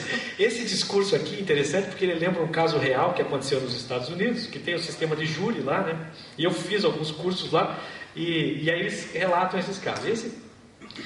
Tinha um caso lá, as pessoas, de regra, na maioria dos estados, ela pode escolher se ela quer ser julgada por um juiz singular ou se quer ser julgada pelo jurado, né? Por um corpo de jurado. Aí vai. E a escolha pelos jurados é muito grande lá, né? Então, em alguns lugares isso é bem utilizado. E o caso lá que eu acompanhei, né, era um caso muito parecido com o que aconteceu já no Brasil aqui. Um crime que aconteceu em face de uma situação peculiar. Barulho do vizinho, né? Barulhento vizinho, é uma boate, barulho no vizinho e tal. Lá era parecido com isso, só que era o aroma. Era uma casa que fazia comidas com temperos e com sangue e com não sei o que e tal, e aquilo tinha um cheiro insuportável. E aí houve um crime em relação a isso. O advogado e o promotor estavam debatendo a causa e tal, E num daqueles intervalos, volta o advogado com uma caixinha. E ele volta com a caixinha, põe a caixinha na mesa dos jurados e solta um gambá, né? E aí solta o gambá e começa a fazer o discurso dele. Porque ninguém aguentaria o cheiro, durante anos, aquele cheiro, aquilo que os advogados criminalistas normalmente também usam no Brasil, né, de fazer, né? Ninguém aguentaria o cheiro, ele matou porque esse cheiro era insuportável, e o gambazão lá andando, né? E aí o juiz põe o lenço, o promotor põe o lenço, os jurados, ninguém aguentava o cheiro do gambá. Daqui a pouco o promotor fica nervoso, e lá o sistema deles é aquele sistema de protesto, né? Senhor juiz, eu protesto! E o juiz tem que acolher ou rejeitar o protesto e dar a consequência jurídica. Daí o juiz: protesto acolhido! Consequência daí, ele ficou ali em dúvida. Senhores jurados, desconsiderem o cheiro do gambá. Porque era essa a consequência, né? Queriam que os jurados não pudessem. E aqui, a questão do juiz tem razão aqui, o colega quando faz a pergunta, como é que fica a confidencialidade? Realmente o juiz vai estar afetado na sua confidencialidade. Eu estive na Costa Rica e eu perguntei para eles, os juízes fazem mediação lá. Eu perguntei para eles, como é que é essa mediação? Daí eles trocam os processos, é um negócio interessante. Então o juiz que faz a mediação não é o mesmo que julga o processo. E eles não contam nada do caso. Então, é um jeito de permitir que o profissional faça sem que ele tenha quebrado a confidencialidade. É um jeito de fazer. Os juízes federais, nas varas previdenciárias, quando eles fazem um mutirão de conciliação, eles também trocam os processos. Então, os processos previdenciários que são de um juiz são conciliados pelos outros, até para evitar essa contaminação, né, esse contágio. Mas é um jeito de resolver, mas de regra. Se for para responder objetivamente, o juiz não deve fazer mediação, senão ele vai efetivamente quebrar essa ideia da confidencialidade. Professor, voltando à questão sobre o advogado poder representar o cliente na audiência de conciliação, mediante procuração com poderes para tanto, no caso do autor não comparecer e só o advogado, ele terá que justificar a ausência para não incidir nas penas do parágrafo 8º do artigo 334. Claro. Então veja, uma coisa é o que está previsto na lei, outras são as questões excepcionais, né? Nas questões excepcionais em que a parte não pode comparecer, o advogado apenas apresenta a justificativa. Se não tiver o comprovante, depois comprova isso, para evitar a penalização que a lei prevê. Respeitando a independência da conciliação, será correto dizer que tal audiência não poderá ser gravada, evitando a observação a posteriori pelo juízo? Perfeito. Não pode ser gravada a audiência de conciliação e mediação em face do princípio da confidencialidade, tanto na lei de mediação quanto na conciliação. Vai prevalecer a ideia da oralidade em grau máximo, né? Só o que for conversado, e o que for conversado não pode ficar redigido. Dizem alguns puristas até que se o terceiro começar a fazer anotações, ao final ele deve rasgar todas as anotações que fez, ou queimar as anotações que fez, para mostrar às partes que ele não vai utilizar aquilo fora daquele ambiente conciliatório. Eu acho meio extremado isso, porque as anotações provavelmente são várias sessões que vão se realizar. Se resolver em uma sessão apenas, aí eu acho que isso pode rasgar para mostrar para as pessoas que ele não vai utilizar aquilo. Agora, a confidencialidade tem lá as suas exceções, né? Se as partes concordarem que fique consignado alguma coisa, ou seja necessário para a execução de um eventual acordo, ou tenha crimes, afete a ordem pública, enfim, tem lá as exceções que a lei de mediação prevê e que o Código de Processo Civil prevê. Mas acho que a anotação, acho que pode, o que não pode é ficar gravado ou filmado, então, essa audiência de conciliação e mediação. Mais alguma pergunta? Vou fazer uma, então. Opa! Eu vou fazer... Eu sempre tinha uma visão cética, confesso que depois de hoje eu vou repensar. Mas, se nós não tivermos profissionais preparados para que realizem essa audiência de conciliação e mediação, o senhor não acha que essa audiência vai ser utilizada como mera procrastinação na prestação jurisdicional? Porque nós temos 60 dias, acho que só para marcar a audiência. Essa é a grande preocupação que todos nós temos, né? Eu tenho a esperança de que todos nós sejamos afetados positivamente, contagiados positivamente, por aquilo que está por trás da ideia, que é estimular uma solução consensual por meio de uma melhora na nossa comunicação. A minha ideia é de que os profissionais do direito como um todo aprendam a se comunicar de uma maneira mais consensual, menos violenta, a fim de que nós não tenhamos que ficar disputando num julgamento os espaços adequados de uma sala de conciliação, seja no julgamento ou seja numa sala de conciliação.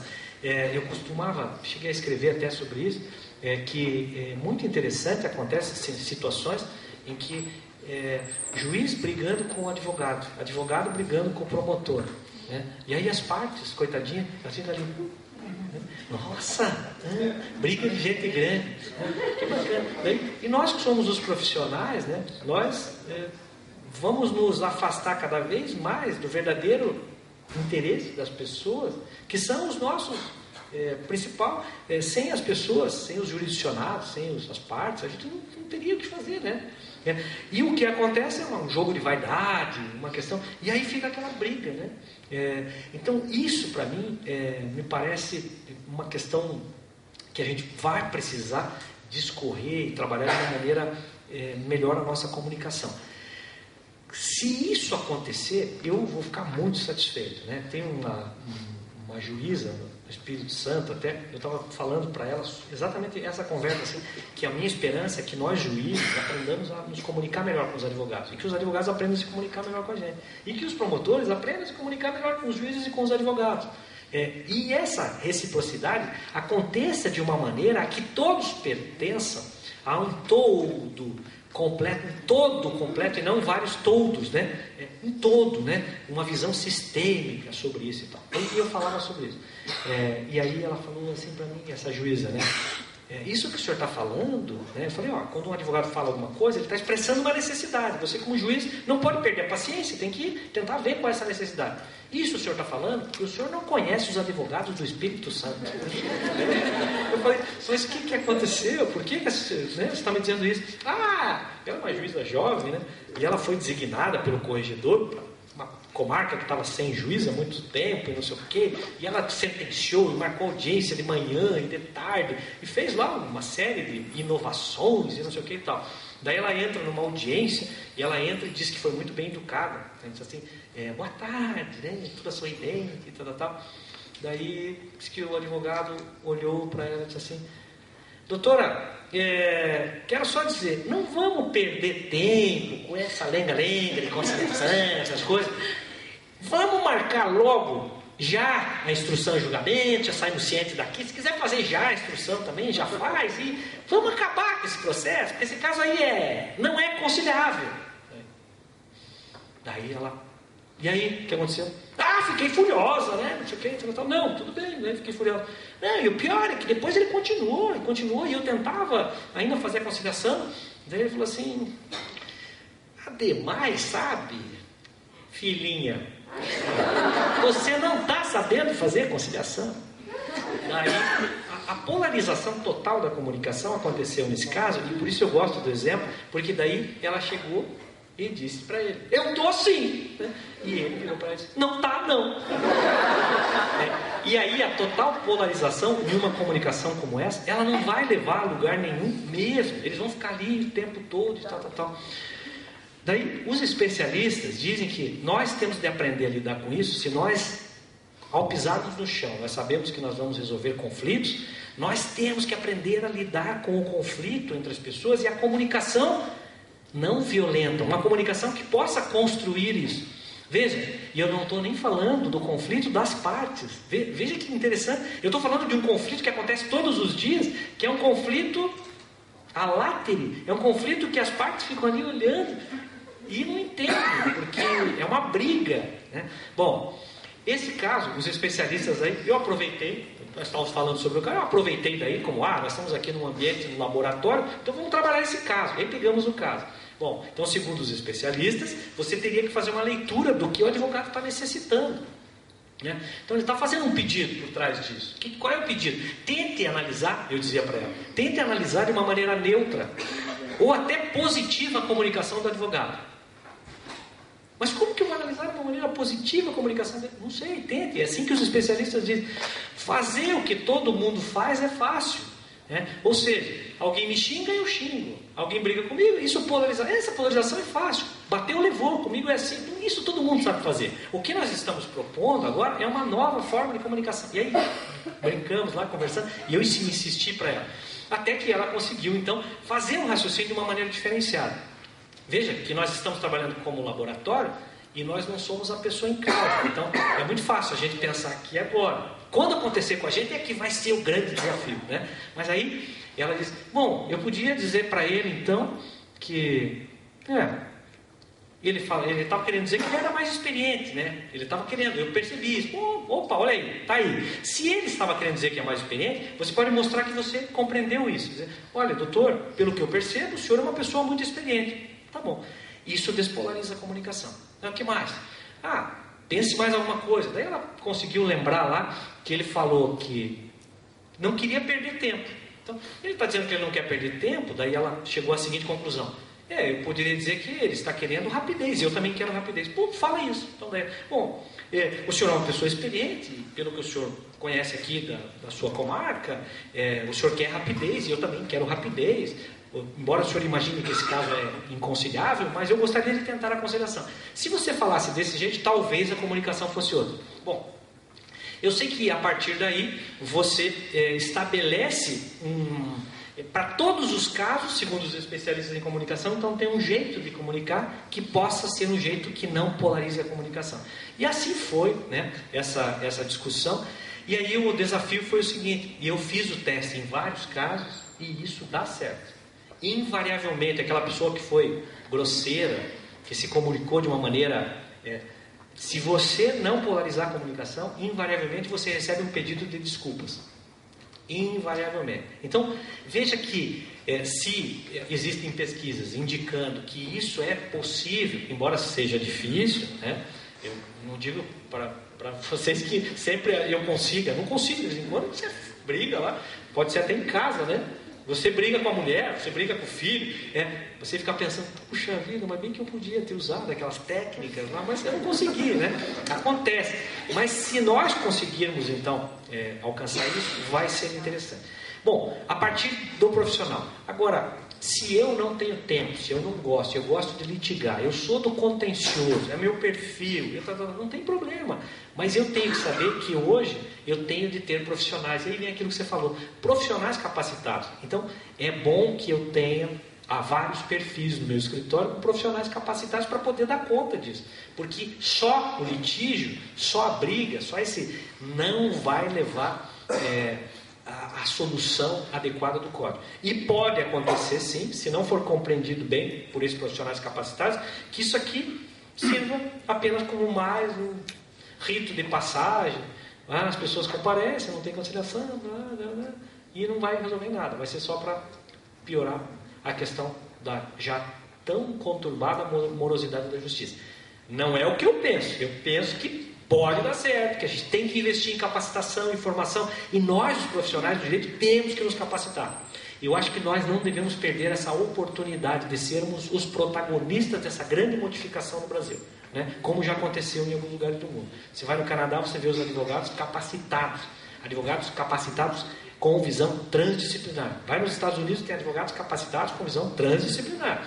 Eles estão lá ligados de todas as formas para poder dar a solução mais adequada para o conflito. E são chamados, inclusive como mediadores, algumas vezes com remunerações muito grandes, porque já fizeram a sua história como pacificadores, como aqueles que sabem, né, trabalhar essa questão. Então, confio que no Brasil isso possa acontecer e não acredito que isso vá se transformar em uma questão que vá aumentar a morosidade da justiça. Muito pelo contrário, vai sim ajudar a solucionar os conflitos de uma maneira mais adequada. Que nem lá no seu juizado, né? Que deu certo. Excelência. Com essa o Senhor, palavra excelência. Né?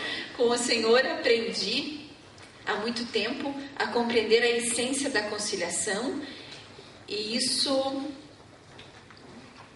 estou tentando. Isso transcreve-me uma vantagem competitiva na advocacia. Parabéns. O senhor continua o mesmo insigne motivador. Transmite. É um elogio, na realidade. Opa, obrigado. Só excelência. Eu espero um dia merecer esse título, né, de excelência. Só por ter essa visão, acho que já merece. Mais um aqui. Pode o processo já estar andando e pedir uma audiência de conciliação ou mediação? 2. Então, se as partes e mediadores, conciliadores é que resolvem o que o advogado faz nesta audiência, pode ajudar? Aí é que está aquela visão, né? A todo tempo é possível, sim, pedir a conciliação, pedir a suspensão do processo para que as partes possam conversar. A todo tempo vai ser possível, porque finalidade, lá no começo do Código de Processo Civil, acho que está no artigo 3º já, em alguns dos parágrafos lá está dizendo: caberá ao juiz, ao advogado, ao promotor estimular a todo tempo a solução consensual do litígio. E essa questão aqui da participação do advogado.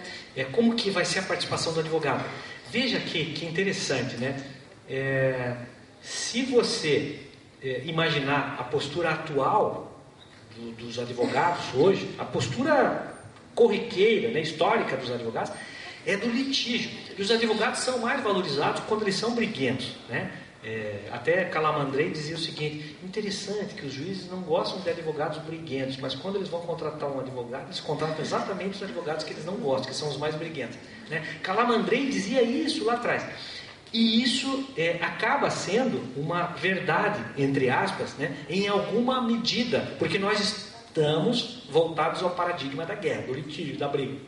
E, portanto, quanto mais o advogado for briguento, mais ele é valorizado. O juiz, quanto mais processos ele julgar, mais ele é valorizado como um juiz produtivo. Então, solução de mérito por meio de uma decisão, né? Os tribunais, quanto maior número de acórdãos eles proferirem, mais eles são considerados produtivos pelos tribunais. E até tinha um desembargador uma vez que dizia lá: eu não concordo com conciliação em segundo grau, essas coisas de conciliação em segundo grau. E eu sempre sempre estimulei a conciliação em segundo grau, porque eu acho que a todo tempo as pessoas têm que sentar, conversar, e se elas já têm uma sentença contrária, quiserem conversar sobre aquilo e achar uma solução, eu já estou com o meu voto pronto, esse desembargador dizia. Tá bom, o senhor está com o seu voto pronto. E se as partes quiserem conciliar, eu digo que já estou com o voto pronto e que vou julgar. E aí, o que vai acontecer? Daquele acórdão que ele proferiu, ainda cabe recurso, e aquilo vai ficar e vai ficar. Quando as pessoas conciliam, você efetivamente resolve o conflito, não tem recurso, não tem mais nada. Foi a vontade das pessoas e a vontade das partes. Então, a todo tempo, é fundamental que o advogado tenha a percepção de que litigar por litigar não vale a pena, né? E que é possível, sim, ganhar honorários trabalhando de uma maneira consensual. Embora isso não seja a cultura brasileira, eu penso que isso vai acontecer como aconteceu em outros países, em que o advogado conciliador vai ser tão ou mais valorizado que o advogado do contencioso. E que o juiz, eu imagino, também vai ser tão valorizado quanto o juiz que mais sentencia, né? Eu sempre fui considerado um juiz conciliador e, portanto, não tive a valorização de um juiz produtivo, porque eu fazia muitas conciliações, né? Quanto menos eu julgava, mais feliz eu ficava, né? E quanto menos eu julgava, mais o tribunal se exaltava, né? Então, é um tipo de paradoxo interessante, né? Nos juizados especiais criminais, nós chegamos a ter 92% de acordo nos juizados especiais criminais, composições civis, transações penais, acordos, 92%. Então, eu só julgava o resto dos casos, né? 92%, 8% dos casos. Bom, o que o tribunal interpreta em relação a isso? Não, tem poucos casos. Não se justifica ter um juizado especial criminal com esse número de casos. Então, essa é a tendência que se verificou até agora. Eu espero que, como dizem alguns, uma mudança de paradigma, né? Talvez seja exagerado falar isso, mas talvez não. Talvez seja uma mudança de paradigma mesmo. Todos nós agora, espera aí um pouquinho, tem mais coisa além da solução técnico-jurídica do paradigma da guerra. Eu tenho agora condições de conversar e de achar a solução mais adequada. E ainda assim, plantar as minhas sementes para ser um conciliador que pode receber outras causas. E eu vou ter um número maior de causas porque eu não preciso ficar litigando em todas as causas. Eu vou poder conciliar, vou poder conversar, vou ter um escritório de advocacia, possivelmente, com um grande número de causas, mas poucas judicializadas, porque eu vou conseguir administrar isso de uma maneira a utilizar os métodos consensuais. Esse é um sonho que eu acho que ainda o Brasil vai passar por ele. E às vezes os honorários serão até mais rentáveis quando a causa começa e termina em pouco tempo. Porque quando demora anos, às vezes o que o advogado recebeu ou ainda vai receber já não compensa o tempo que ele gastou no trabalho. Exatamente. Mais uma aqui. Professor, há espaço para conciliação e mediação em ações envolvendo a fazenda pública frente à indisponibilidade do interesse público? Isso aqui é bem legal. Até estou escrevendo um pouco sobre isso aí. Vai sair aí a segunda edição desse livrinho aqui que eu estou escrevendo, que eu falo um pouco sobre isso. Não é o tema do livro específico, é mediação e arbitragem. É da editora Saraiva, acho que vai sair nesses dias aí. Durante um período, o Brasil confundiu assim, interesse público com interesse da administração. Essa aí é a matéria do meu irmão, do Romeu. Né? E parecia, por parte do Estado, que não dar direito às pessoas que tinham direito era assegurar o interesse público. E, na verdade, não era nada disso, né? Porque você assegura o interesse público quando você dá direito às pessoas que têm o direito. E depois você tem que trabalhar aqui a questão do interesse público primário da questão do interesse público secundário. E eu posso pensar nisso em vários prismas. Eu posso pegar a Lei Maria da Penha. Eu posso pegar a Lei Maria da Penha e falar direitos indisponíveis. Eu não tenho dúvida que os direitos são indisponíveis. Direito de família, guarda de filhos, direito indisponível. Será? Aí eu vou começar a perceber que existem níveis e graus de indisponibilidade dos direitos. E eu vou perceber que existe, mesmo na esfera criminal, um percentual de causas que são passíveis de conciliação. E eu vou perceber que tem um percentual de causas que se admite a arbitragem e, portanto, admite que o próprio administrador, em interesses públicos secundários, possa optar por uma convenção de arbitragem. E a lei vai prever lá parcerias público-privadas, as agências reguladoras, e assim vai. E a gente vai começar a perceber que o direito brasileiro passa agora por uma opção. E a opção é favor arbitrando, quando se refere à arbitragem, e favor conciliando, quando se refere à conciliação. Ou seja, a tendência é que os interesses públicos sejam reinterpretados de maneira a você separar o que é o interesse público primário, interesse principal da administração, e esse você não vai poder transigir, porque é indisponível, daqueles que são passíveis de serem acordados. E vai depender, claro, de uma maior autorização, por meio legítimo de atos administrativos, para que os procuradores possam ter maior autonomia para fazer essas opções, para que eles não fiquem também com a espada de Damocles sobre a cabeça, né? Será que posso conciliar isso? Será que isso é passível ou não de conciliação? Se eu conciliar, eu posso ser responsabilizado pessoalmente cada vez mais. Então, a tendência pela legislação, a própria lei de mediação, ela deixa claro isso, o Código de Processo Civil deixa claro isso, que é possível sim transigir, porque nasce uma nova categoria que está sendo chamada de direitos indisponíveis, mas transigíveis. Então, são direitos indisponíveis, mas que têm um grau de disponibilidade que permite a transação. Ou grau de disponibilidade que permite a arbitragem. E, portanto, eu vou poder firmar uma convenção arbitral em relação a esses casos. Então, hoje, essa pergunta foi muito importante, porque isso aí vai ser uma sacudida no sistema jurídico brasileiro, né? Nós vamos ter que redefinir muitas das questões para poder ver aquelas que são aptas à arbitragem ou à mediação e conciliação. Professor, aproveitando o novo discurso do novo Código de Processo Civil e fazendo um paralelo com a arbitragem, como dar força imperativa e de executoriedade a uma mediação pré-judicial, ocorrida dentro do escritório?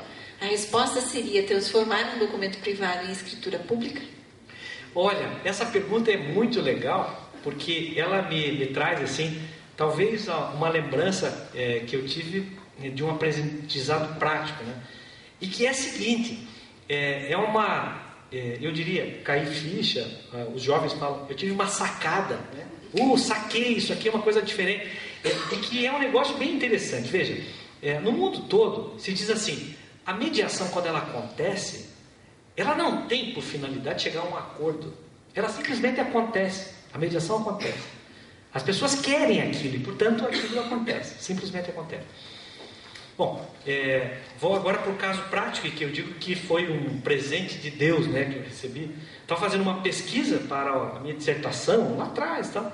E aí uma causa, juizados especiais, eu recebo a causa, aí estou lá, assistência facultativa por advogados no juizado especial.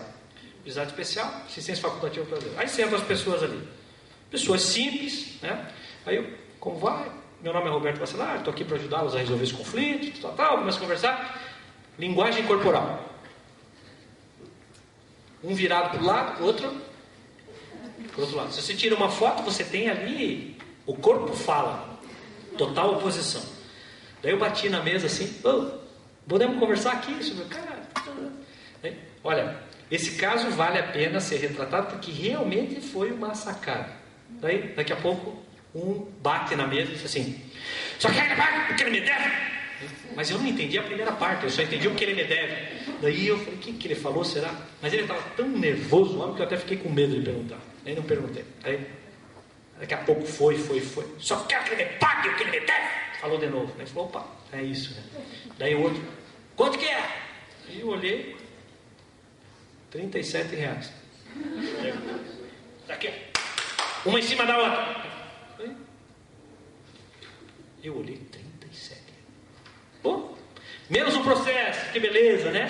Estava pensando, né, segundo a lógica do Código de Processo Civil e aquela bolinha iluminada, eu estou adstrito aos limites do pedido. Pediu 37, que beleza, seu Antônio, seu Augusto, está aqui. Era Antônio e Augusto. Seu Augusto, está aqui então o dinheiro, está resolvido. Doutor, segue o processo. R$37, pediu 37, está ganhando 37, o que é? Deve ter correção, né? Então, o senhor quer uma correção, porque o pedido já faz algum tempo? Não, doutor, segue o processo. Dá vontade de tocar da sala, né? Chega em casa e tal, sou um palhaço, aí fica aquela... mas era uma coisa, daí dizem os especialistas lá nessa mediação, diz assim... mesmo que você esteja com pressa, não mostre que você está com pressa. Tente identificar os sentimentos das pessoas, né? Então tem que estar toda uma coisa. E eu olhei e falei assim, deixa eu ver o que está acontecendo. Estou vendo que o senhor está nervoso, seu Augusto, né? Não falou nada. Estou vendo que o senhor está preocupado com essa causa. O senhor está angustiado. Estou angustiado!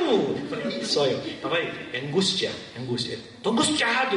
Daí os especialistas dizem assim, valide esse sentimento e pergunta, posso entender os motivos da sua angústia? Daí eu, posso entender os motivos da sua angústia? Daí, o senhor acha que uma amizade de 30 anos vai terminar com R$37? Amizade de 30 anos? Né? Mas vocês são amigos? Era, as mulheres ainda se dão. Bom, eu sei que a partir dali o que aconteceu foi uma coisa fantástica, porque eles começaram a conversar. Daí, você lembra aquela vez que emprestei um carro para você e você desdenhou do meu carro? Daí o outro, não, nunca desdenhei. Quando falei que troquei bateria, troquei pneu, era para mostrar que eu já estava produzindo de novo. Sem o carro como representante, eu ia morrer de fome, minha família ia morrer de fome. Só falei que troquei a bateria para você ver que eu estava crescendo, homem. Daí o outro, eu sei que daqui a pouco os dois se abraçaram na sala, começaram a chorar. Aí eu fui para a lide processual, que a gente chama posição. Conserto de uma máquina de lavar, R$37. Lide processual, conserto de uma máquina de lavar. Daí eu li aqui, eles estavam discutindo sobre carro, sobre não sei o que. Daí, daqui a pouco, quando eu estava olhando a lide processual, até logo, doutor, quanto eu lhe devo? O senhor não me deve nada. Vamos só pôr aqui no papel esse acordo. Não, muito obrigado, até logo. Foram embora. Fico eu com a lide processual. Aquele dia que eu brinquei que foi uma sacada, quando a mediação acontece, não precisa de acordo, não precisa nada, porque eles resolveram o problema deles e eles foram embora. Qualquer solução técnico-jurídica é que precisaria de papel e não resolveria nada. Eu só mataria o processo. Vamos imaginar o conciliador tradicional? R$37, proposta do juízo, perde um pouco, outro perde. Conciliação é assim, dá. Paga 30, tá bom, aceita, fechou, vou embora, né? Ou então, a proposta tradicional, ônus da prova, né? Julgo pelo ônus da prova, julgo procedente ou julgo improcedente. Tem prova, não tem prova, julgo improcedente. Qualquer das soluções, quando eles voltassem para casa, jamais eles teriam a pacificação que eles encontraram por meio de algumas perguntas que eu fui fazendo e que eles foram respondendo, e aí pacificou. Eu entendi, caiu a ficha, de quando acontece a mediação, acontece, ela não precisa. Por isso que se diz que não é o objetivo da conciliação o acordo. É o objetivo da conciliação a busca de um consenso? Sim, um consenso em relação àquilo que as pessoas chegarem ao consenso, não em relação a fechar um processo, a chegar a uma posição material.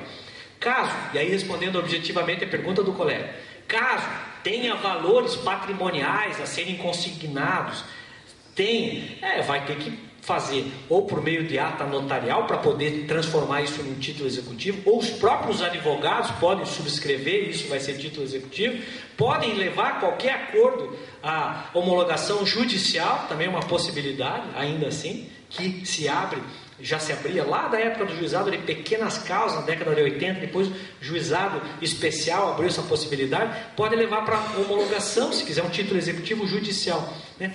Mas se acontecer, se o advogado perceber que a mediação aconteceu, ele vai ver que não precisa de papel, não precisa de nada.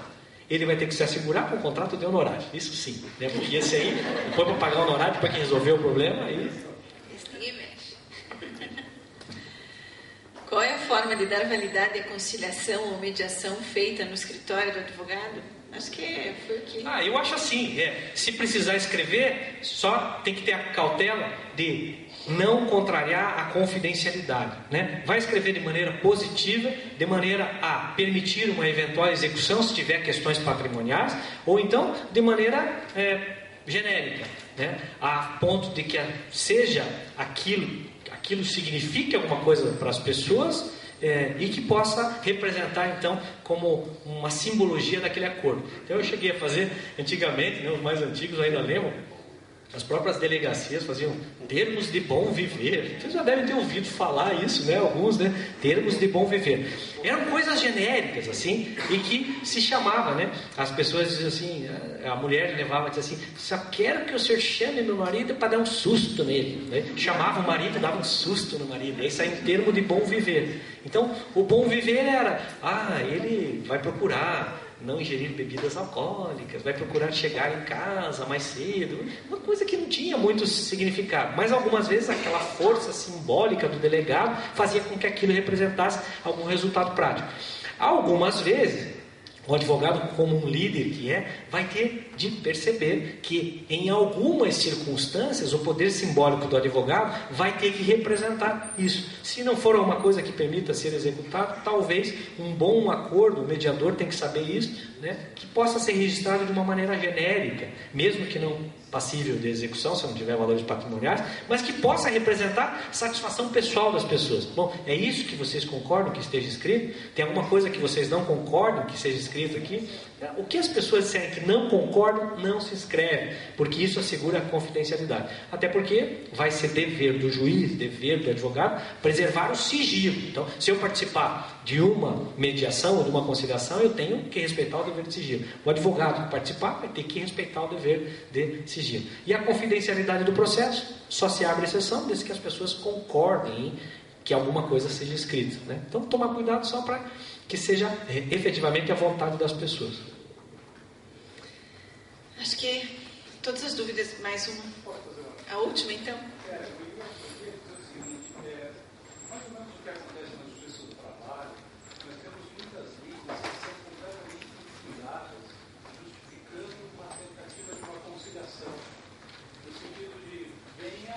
Pague um pouco, pelo menos, para se livrar do processo. Isso não estaria sendo transmitido ao cível agora, ou uma forma de vamos tentar ver uma assunto de direitos temerários, ou até privilegiar aquele malfeitor nesse sentido? É um risco, né? E esse risco tem tudo a ver com a lógica que nós estávamos inseridos, antes dessa mudança de paradigma que eu estou imaginando que tenha acontecido.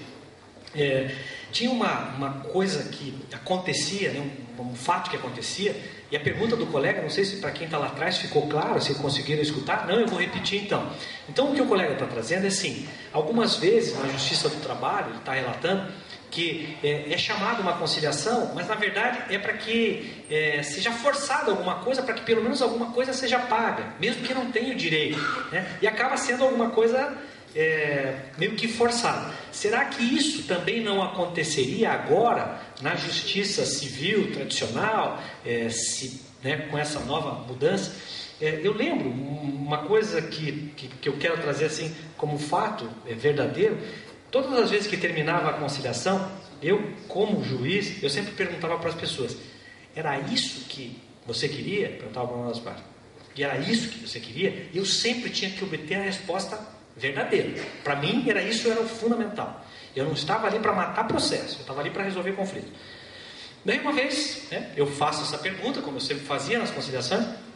Daí uma mulher dizia assim: era isso então que a senhora queria? Primeiro eu tinha perguntado para o outro disse que era. Era isso então que a senhora queria? Aqui, né? Acordo é assim, né? Um perde um pouco, outro perde outro pouco, né? Aí, bom, não tem acordo, né? Então vamos continuar o processo. Daí o advogado ficou louco. Doutor, o senhor está inviabilizando a conciliação, meu cliente quer fazer conciliação. Daí fiquei naquela situação. Falei, será que eu estou inviabilizando a coisa? Falei, não, deixa eu só perguntar para a senhora. Era isso que a senhora queria? Não, mas vale um bom acordo, que é uma má demanda, porque não sei o que. E ela repetia aquela...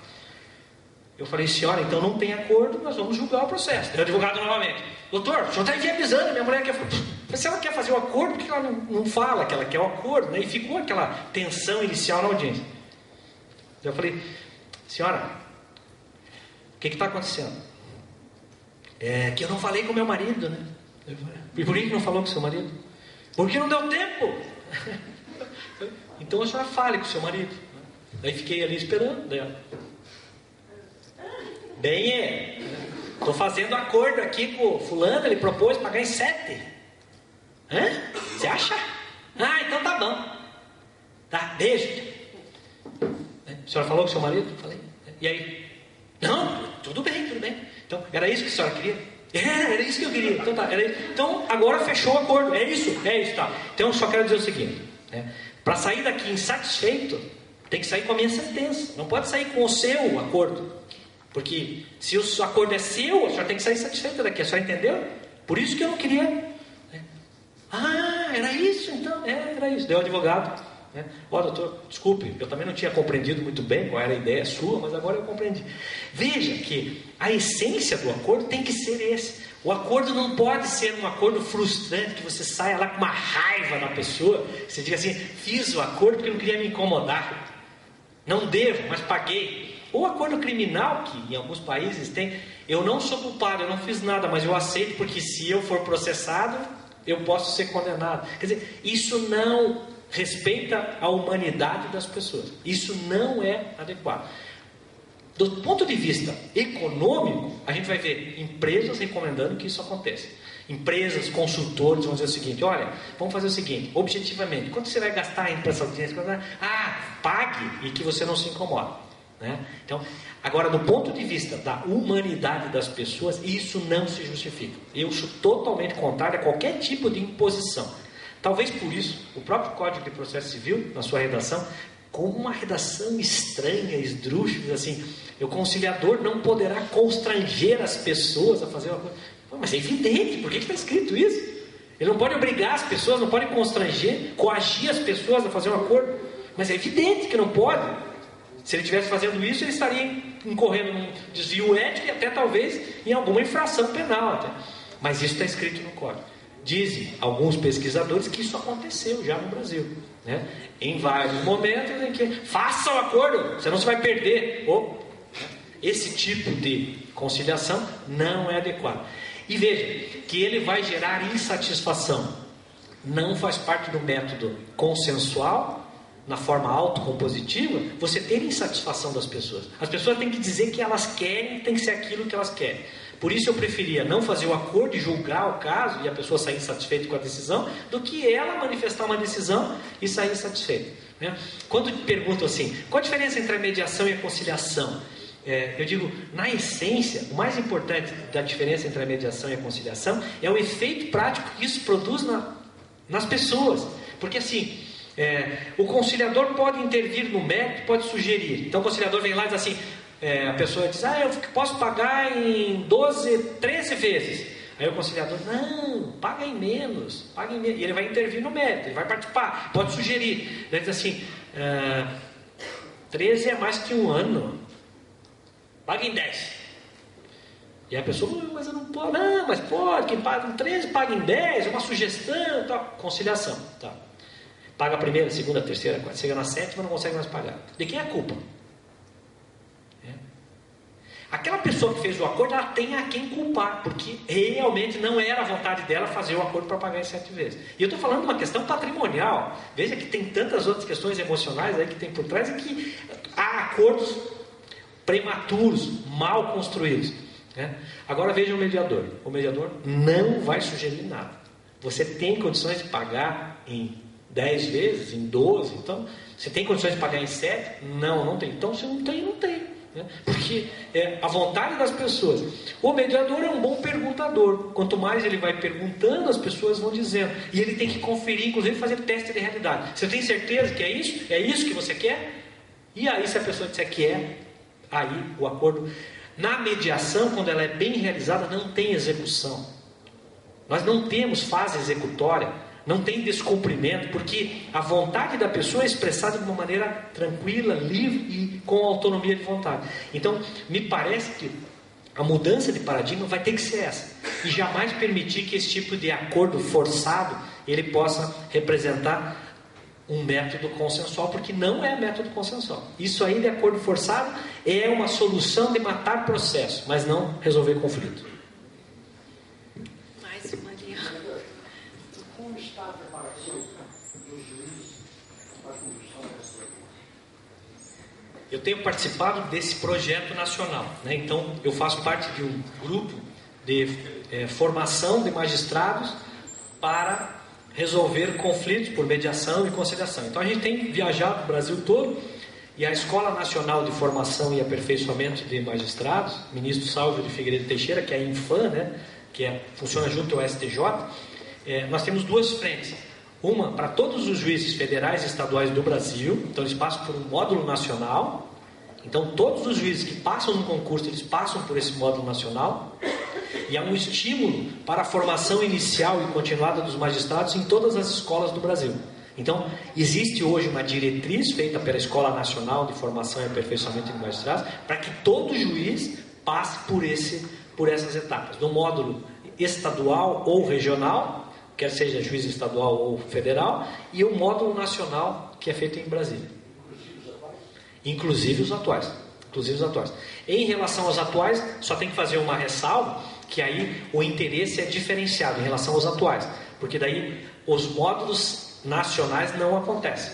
Aí tem que acontecer os módulos regionais ou nas escolas de magistratura ou escolas judiciais dos estados.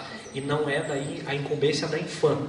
Ela só tem lá uma necessidade de capacitação, que ela indica um quadro básico para isso, mas quem tem que cumprir daí são os estados, e ela não faz módulos nacionais.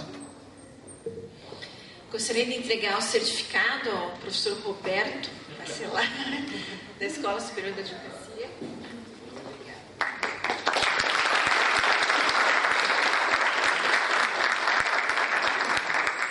Parabenizo o professor e agradeço imensamente. Acho que nunca tivemos tantas perguntas e tanto tempo aqui ao final de uma exposição.